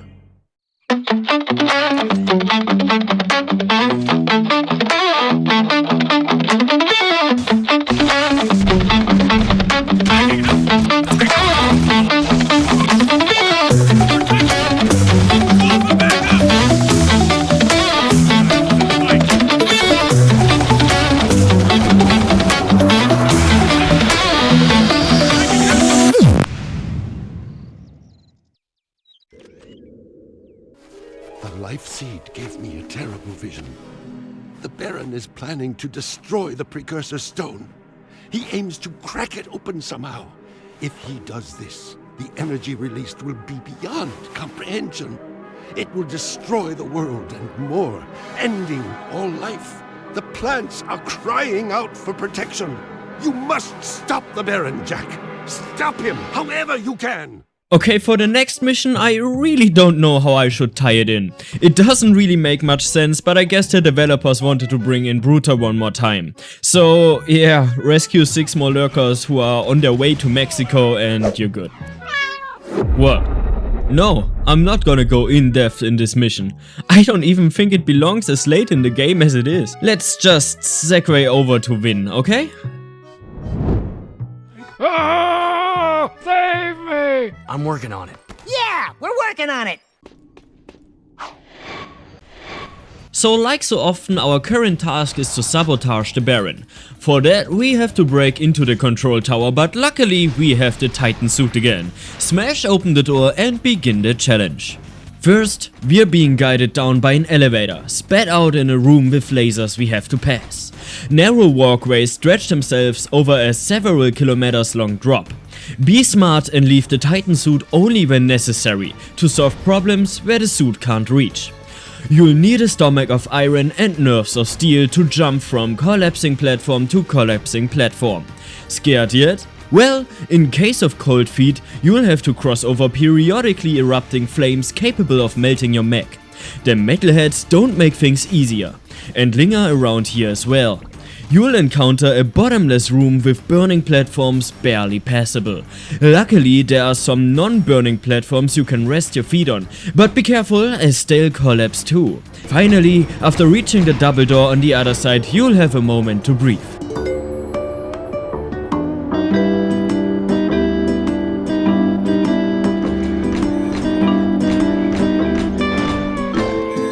Once spat out by the elevator again, you've reached your destination. Now destroy all 10 of the control tower's control consoles.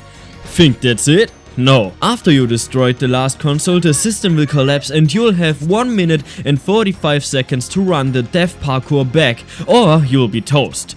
Look at this, I was so close and boom! Anyway, I did it second try.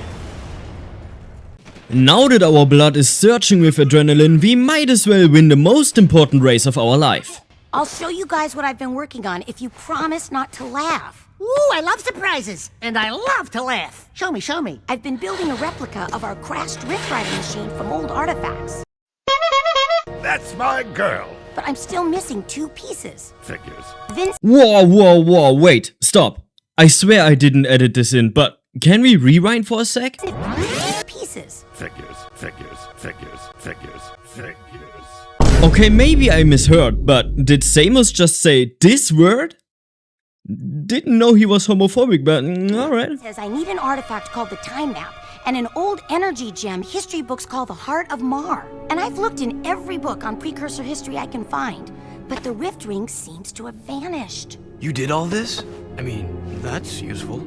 Will you two stop moping around and make up already? I've seen the Heart of Mar. Crew has it. We'll get those 2 artifacts, Kira. Attention all drivers. The Class 1 championship race is about to begin. Well, here goes.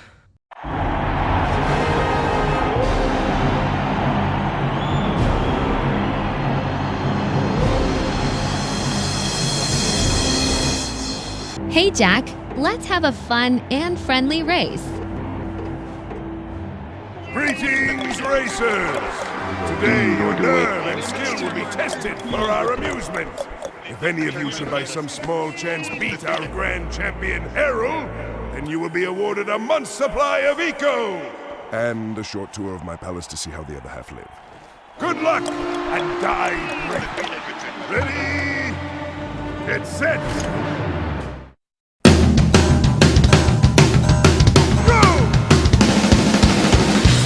So this is it, the final race to decide Haven City's best racer, and it's literally a race of life and death. If Jack wins this, he'll receive access into the Baron's palace and may be able to stop the Baron and save the city from the Metalhead invasion. But don't celebrate too early, because we'll first have to actually win it. This time the map doesn't have a clear shape. It's more snaky and has now 2 shortcuts instead of just 1. And you better damn well use it, because your opponent is Errol and he won't go down without a fight. So plant your feet on the gas, rip out the brakes, cut corners, use boosts and take those shortcuts, twin.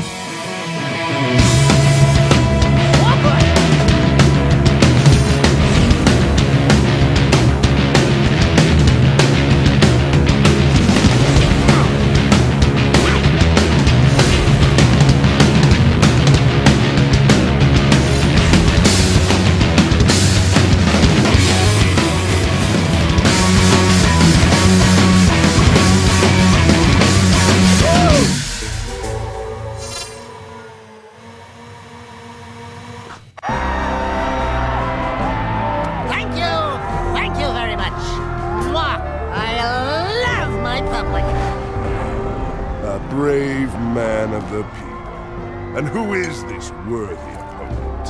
In my world, good men are either bought or broken. So which is it going to be? Surprise. What? Just a little closer. We need to talk. Fool! Don't you get it? It's over, Jack. All the heroes died long ago. Only survival remains, by whatever means. This city is mine. These lives are mine. This war is mine. And in war, people die. Kill it. Look out! Watch out, Jack. I'll save you. Oopsie.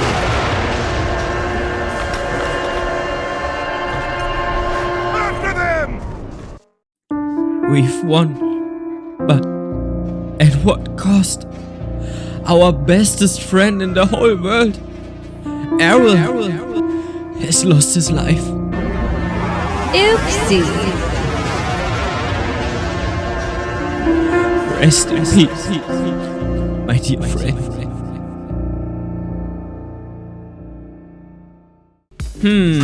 Well, at least we can check out the Baron's cool palace now. Just a quick escape over there, cause the Gooners are chasing us and we disappear into the elevator.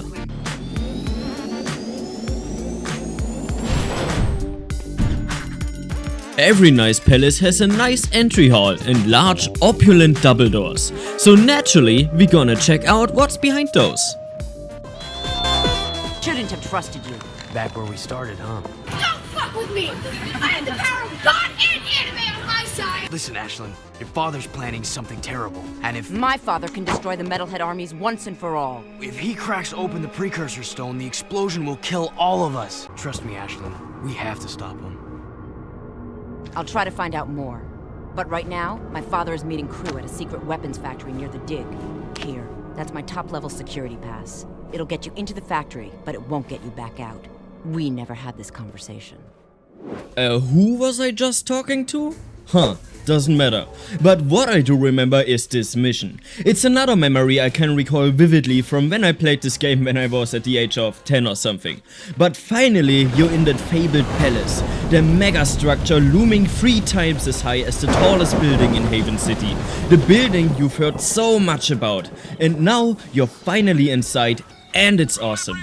Of course the place is swarming with Gooners, but now that you've got your very own Peacemaker, you better use it. It can take out large quantities of Gooners with a single shot. In here you can experience the Baron's new and improved turrets firsthand. And look at that, shattering glass. I know this isn't anything special nowadays, but I still think it deserves to be mentioned. You arrive at this dead end and think, where to go? Until you notice the cracked glass to your left. Shatter it and use your jetboard to overcome the hurdle. That's probably why the turret shot the glass earlier, to show you that it's possible. So it's just a nice way to accustom the player to a new mechanic without breaking the immersion. Later on comes the jetboard grinding parkour, followed up with a big chandelier. Okay, I have no idea what it is, but it must die! Cause now you can grind on its rim all the way around. I don't know, the palace is just a really well designed indoor level.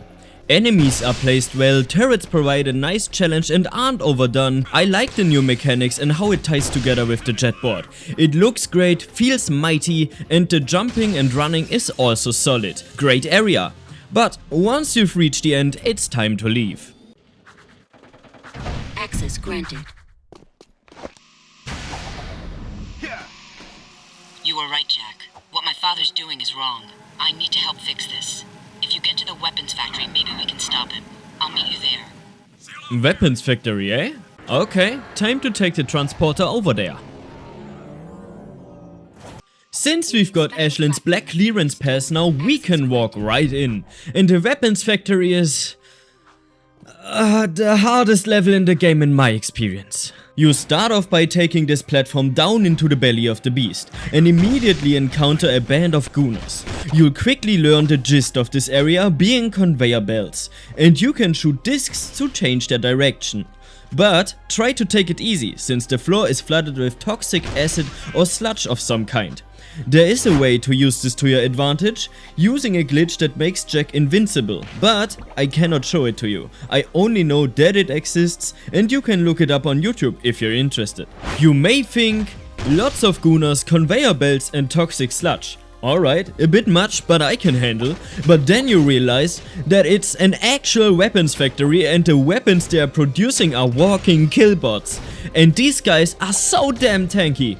First off, if they roll around in a ball like a Bakugan, you can't hurt them at all. And when they come up to shoot you. And there's never just one of those guys.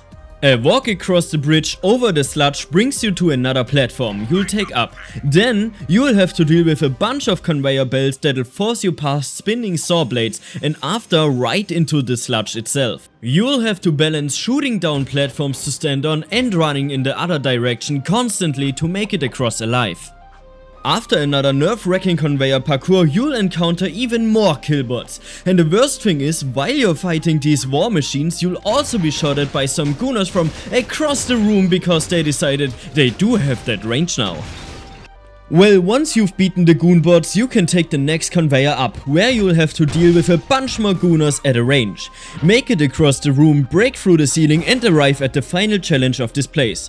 Probably the factory's heart, as it produces many killbots. Thank the precursors you've beaten them and take the walk through the final door. I knew you were special when I first met you, Jack. And I commend you for making it this far. We've come a long way, eh? Yeah, I'm getting real teary-eyed. I love weapons. I love how they look, how they feel, even how they smell. I think you need serious help. My favorite was the impossibly powerful weapon Ma built to blast open the metal head nest. Poor fool died before he could use it. Ah, well. But I have a new favorite, the Piercer Bomb I've just completed. My masterpiece is powerful enough to crack open the Precursor Stone and release the untold energy inside. As soon as the Baron shows up with the stone, we'll hide it in the last shipment of Eco and deliver it to the Metalhead Nest. A surprise dessert, eh? Just take this gun upgrade and forget what you saw here. Not this time, crew. I'm through being your hired gun. Then it's war, isn't it? You know I can't play fair. Uh-oh, so Crew wants to crack open the Precursor Stone as well. We gotta stop him. But Crew's diaper can make him fly and he's over there and we're bound to the ground here. Well, maybe if we kill all his minions he'll have to attack us on his own, for which he'd have to come closer. Let's try that.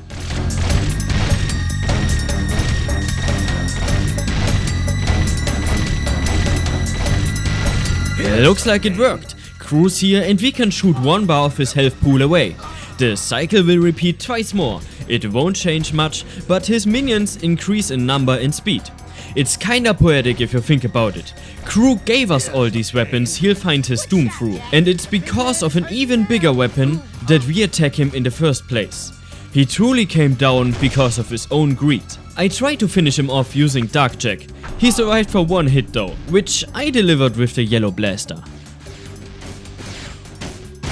And the challenger is down for the count. Is it too late to give my notice? Yeah, we quit. The city is already dead. I've sold you all out. Jack, I think maybe we should be anywhere else just about now. Ashley. We're out of here.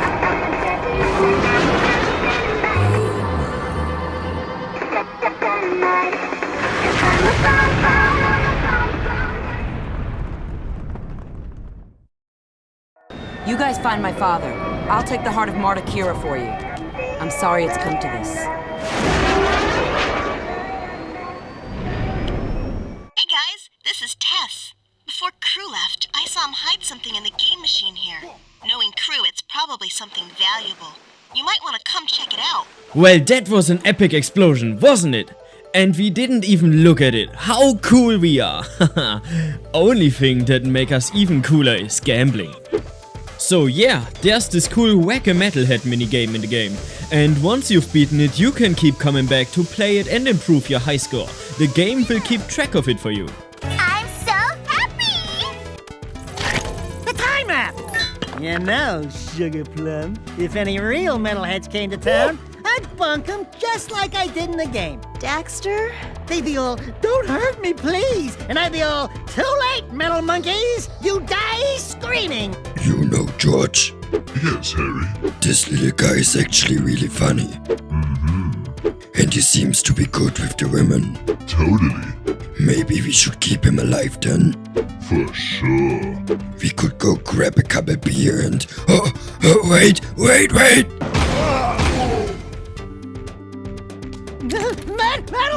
Metalheads! Where's Sig when you need him? Sig? I think Crew sent Sig on one last mission. Something about using Mars Ruby Key to open a secret door in the Underport. Of course. Come on, Dax. We need to get to the Underport right now. I'll take the time map to Kira. Be careful, Angel Cheeks, and your hero will return shortly. So off to the Underport, a place never mentioned before, but Jack still knows exactly what and where it is apparently. Take a long elevator down below sea level, and look what's waiting for us down there. The Titan suit is back, and we're needed to work our way through the water. We can fight and solve puzzles down here, but that doesn't change the fact that our oxygen is running out.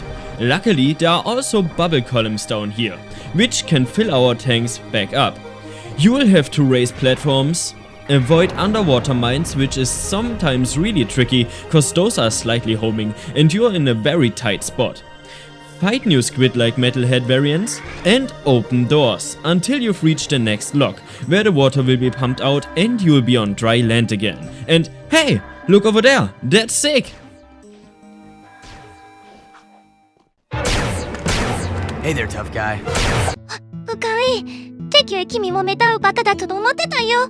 当時あいつを長時刻にも出ちんだもん。朝あのような箇所を北州にしゃれ。The metalheads must have promised Crew plenty for him to betray the whole city like this.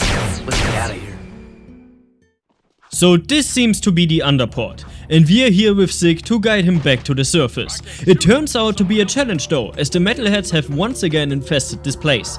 Luckily, Sig is a veteran and can deal with the metalheads on his own to some extent, which buys us time to solve some more puzzles. Like this one, where you roll cubes into their sockets with a time limit. So once we're through the door, we hear a weird noise coming through the wall, and it's a giant metalhead centipede! Run!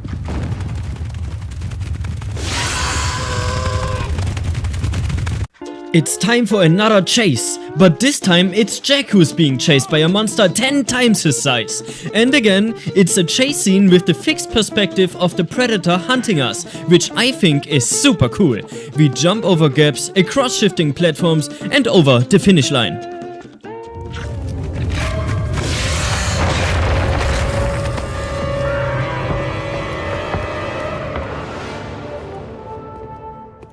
Zig just saved our lives and we go right back to work with another cube puzzle to open the next door. Behind that door waits another cube puzzle, but this time we're also being attacked by metalheads. Good thing we're 2 now. Well, technically 3 actually, counting Dexter, but that buys us space to solve the puzzle. However, Zig's life isn't infinite, so you should try to solve it quickly.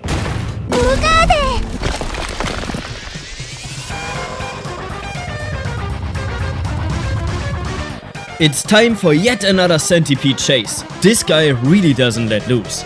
We escape through lasers, time shots with jumps just right so we can turn hovering platforms around, take more jumps around an angle, follow Zig hanging on for dear life, before we slip away through a hole in the floor. Let's go, we're almost to the elevator. ラダだとね、足長じかよ、なずかなでくてよ。みんな本当に最高だよ。どれだと、中華の。今度僕のラメズの世界に服を招待しもは。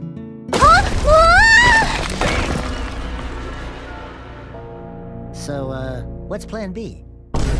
Oh man, first we lost Errol, then Crew, and now we lost Zig. Being a hero sucks, man. Everyone I like just dies. Well, everyone I like and Crew, I guess. Oh, and also, yes, the whole city is overrun by metalheads now. There's an active war taking place right here. No one really has time to capture you anymore. The Guna gang is all busy with fighting the metalheads. This is what I meant when I said the world is reactive and changes over time. I usually keep an extra save state for this stage of the game, cause it's fun playing around in this war zone. Anyway, Jack's coping can't handle all this death and destruction anymore. So, it's time to visit the Copium Idol again to strengthen our Copium powers. Now that you carry the weight of darkness on your shoulders, you alone cannot save us. Our last hope rests with one still untouched by pain, and you must protect this young soul in our moment of truth. I grant you another dark power.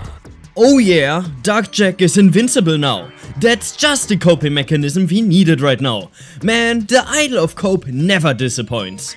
Also, I believe Kira needs our help over at the stadium. What a perfect opportunity to let loose. The Rift Rider's finished, but if my father's right and the ring is somewhere in the Metalhead nest, how are we going to get the Rift Rider there to use it?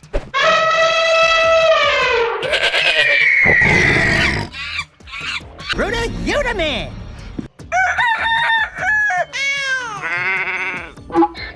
Right, you guys get the Rift Rider to the nest. I'll stay here and defend your takeoff and getaway. Once again, being your friend sucks! I wanna go on the balloon! So it's time for another fighting mission. This time we have to keep Samus and Samus safe from metalheads while they're taking the Rift Rider machine to the Lurker balloon. I don't really understand why the Lurkers couldn't just have landed a little closer to us, but okay. Must be nice floating away while we die down here! We'll meet near the nest! See you soon, Jack! Be careful! Yeah, Jack! Be careful! Jack, core, construction site. What? The F was that message? Something up with Core at the construction site? Better check it out then. Leaving city at your own risk. Core, what's going on? I'm sure you know. Deep down in your darkest nightmares. Wait a minute, why isn't he talking in the Happy Wheels wheelchair guy voice anymore? We've met before, remember? Everything's going exactly as planned.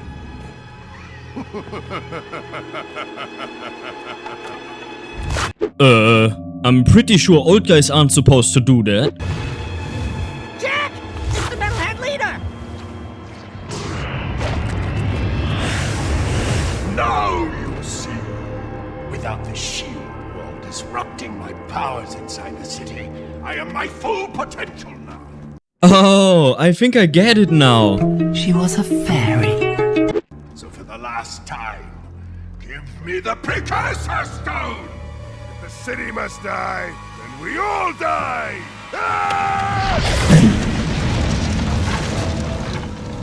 I will find that stone if I have to crush this city one brick at a time! You are the supreme weapon, Jack. And I made you. Still, any leader worth his salt always has his backup plan. Remember, the first rule in making a bomb is to always make two. No, okay, I'm going in. Man, what a mess of junk in here. All jumbled coils and switches. Oh, should I unhook the blue wire? Wait a minute, are Otzel's colorblind? Let me just break a few more things and see if anything pops loose. Boom! Gotcha!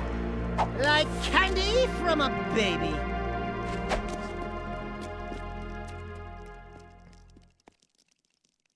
Oh man! And now the Baron's dead too?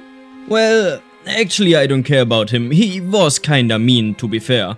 But pretty cool! We've got a Precursor Stone now at last. And with this, it's time to visit the Metalhead Nest and take on the Metalhead leader.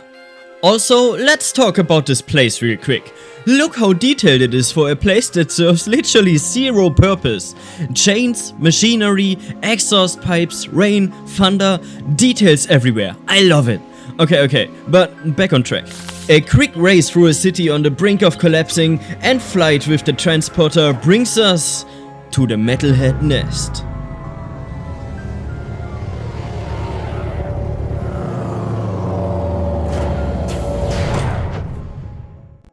Now, how could I describe a place with words that's so dystopian, so desolate but yet swarming with otherworldly beings? A wreckage of steel that lost its purpose long ago and structures that only one's imagination could restore.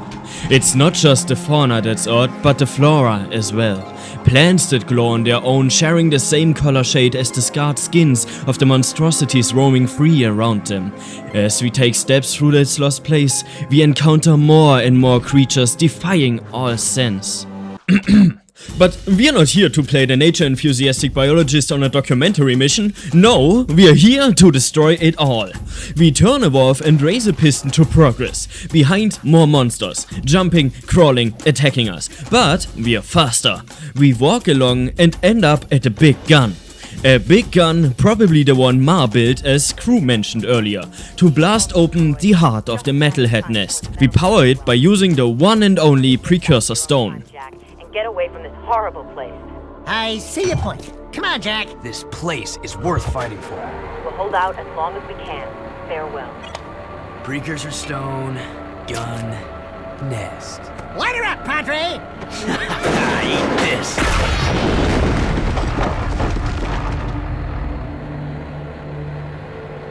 That ought to wake him up.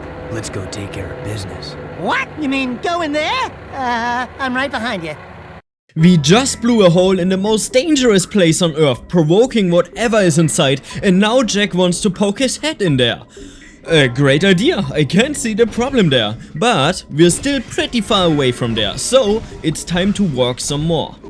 And holy macaroni, what is that? A gigantic metalhead which periodically erupts with electricity, and on top of that we can't even hurt it.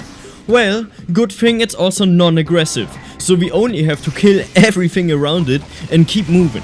Keep moving until you reach the hole you just blew in the wall and enter the inner Metalhead Nest. And this place really looks weird. Like, I mean, look at it. I'm honestly lacking words to describe this sight. But, once again, we're not here for looking. The Metalhead leader is waiting just around the corner. You've decided to join us, and you brought the Precursor Stone. Good. The boy will now play his final part. Not this time. Oh, but this child is such a part of this. Such a part of you. Don't you recognize him? The boy is you, Jack. And this place, this is where you began, in the future. But how? You were hidden in the past on the hope that you would gain the skills to face me today. But Onan was wrong. Now that you've been altered with Dark Eco, the stone will never open for you. Your younger self, however, still has the pure gift. He alone can awaken the stone and the precursor entity which sleeps inside. This stone is a precursor? The last precursor egg. Ma was clever. He covered his tracks well through time, hiding his last egg from me and building the shield and city to defend it. It has been a long siege, but today I will finally feed on the last precursor life force. I think you're forgetting one little thing, Metalomaniac. We've got the precursor stone. Not for long.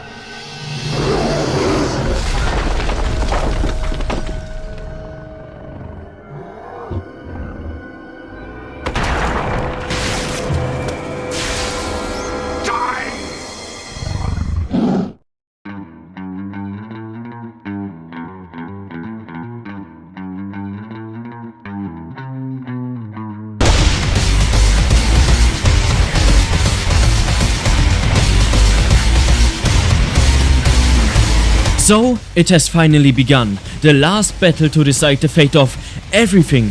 The battle to free the people from the metalheads or enslave them all. The metalhead leader is hanging from the ceiling, connected by some gooey ropes. Like an Ant Queen, he will produce eggs, which if not destroyed fast enough, will hatch into metalhead scorpions. Luckily, there's ammunition all around to make your life at least a little more easy. The leader will also shoot his own blast at you. In the first phase just one, and in the second more. The second phase will also trigger flying metalheads to appear, another inconvenience you have to deal with. The leader attacks will come fast and precise, simply dodging them won't be enough. You'll have to establish a rhythm to avoid being hit. You can use the jetboard for help, but I found a jump into a punch and uppercut works too to avoid his consecutive blasts.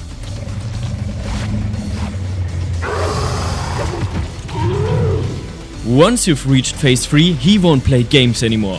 He'll come right at you and chase you around the arena, gaining melee attacks, keeping his ranged blasts, and he can also use the Dark Bomb now, which you'll have to jump over to avoid. But remember your cope mode. You're invincible now. Go ahead and slay him once and for all.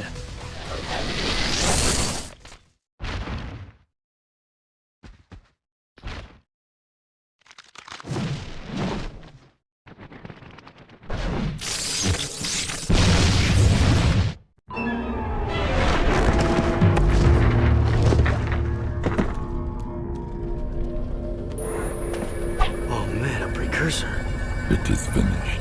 Our ancient enemy is no more. Take hope, Brave One. The terrible darkness inside you is now balanced by a glorious light. We will meet again. We haven't much time.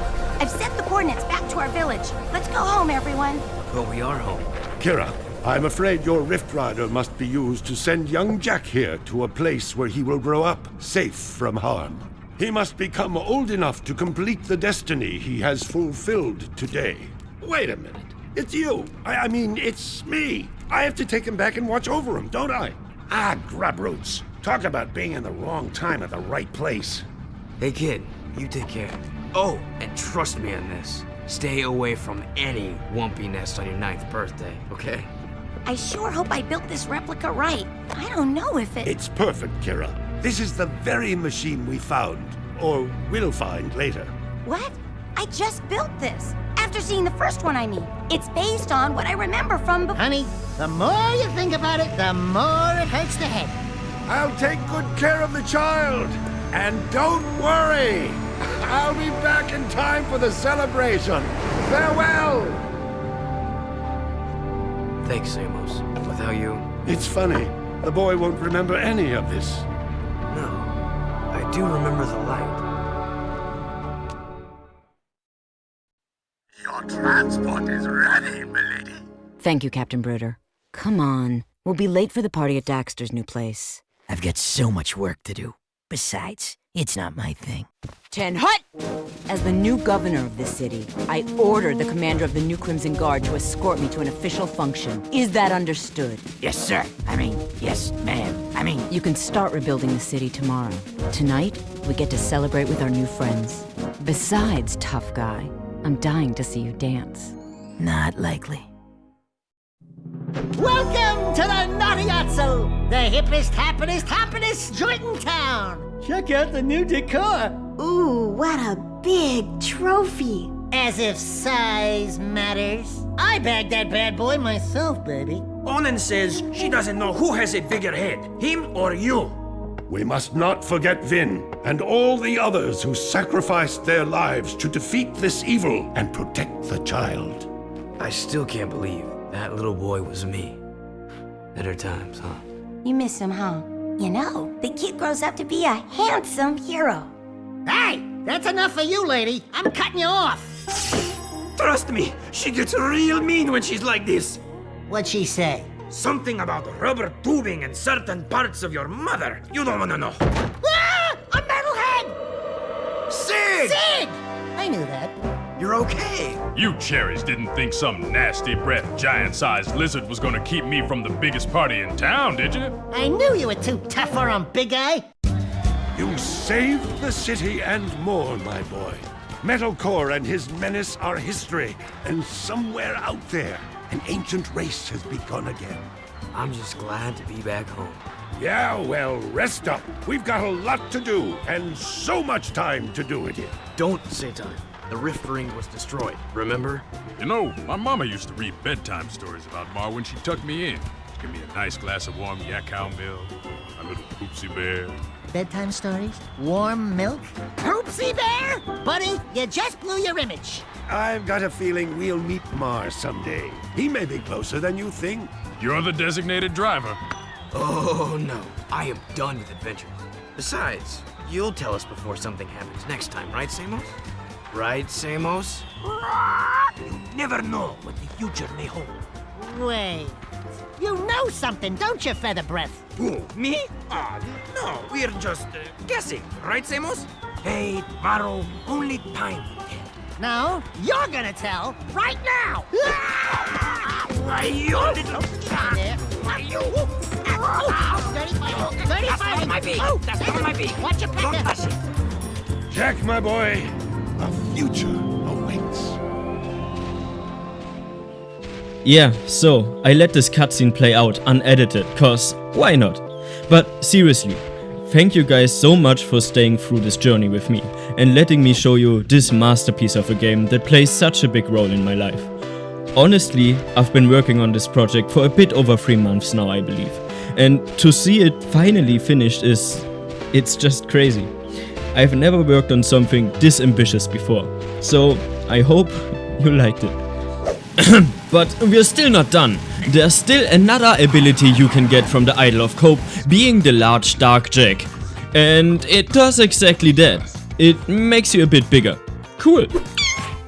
Now, let's talk some more details we've missed out on. You see these carpets on the wall? You can actually translate those precursor letters into actual easy English.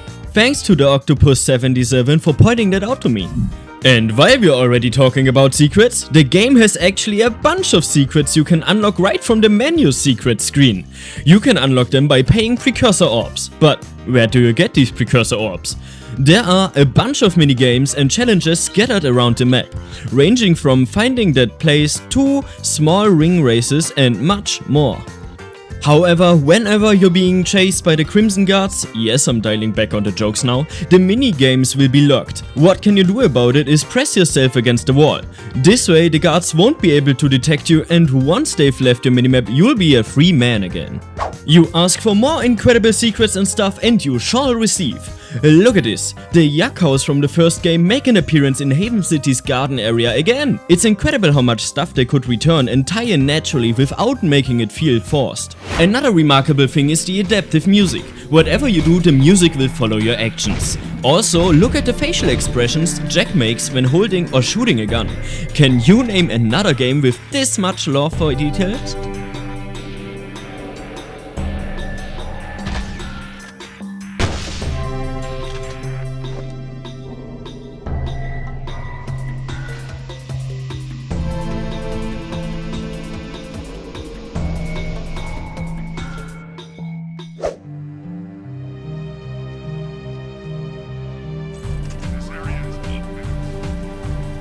One day while cruising through Haven City, you might stumble across some familiar faces, Ratchet and Clank.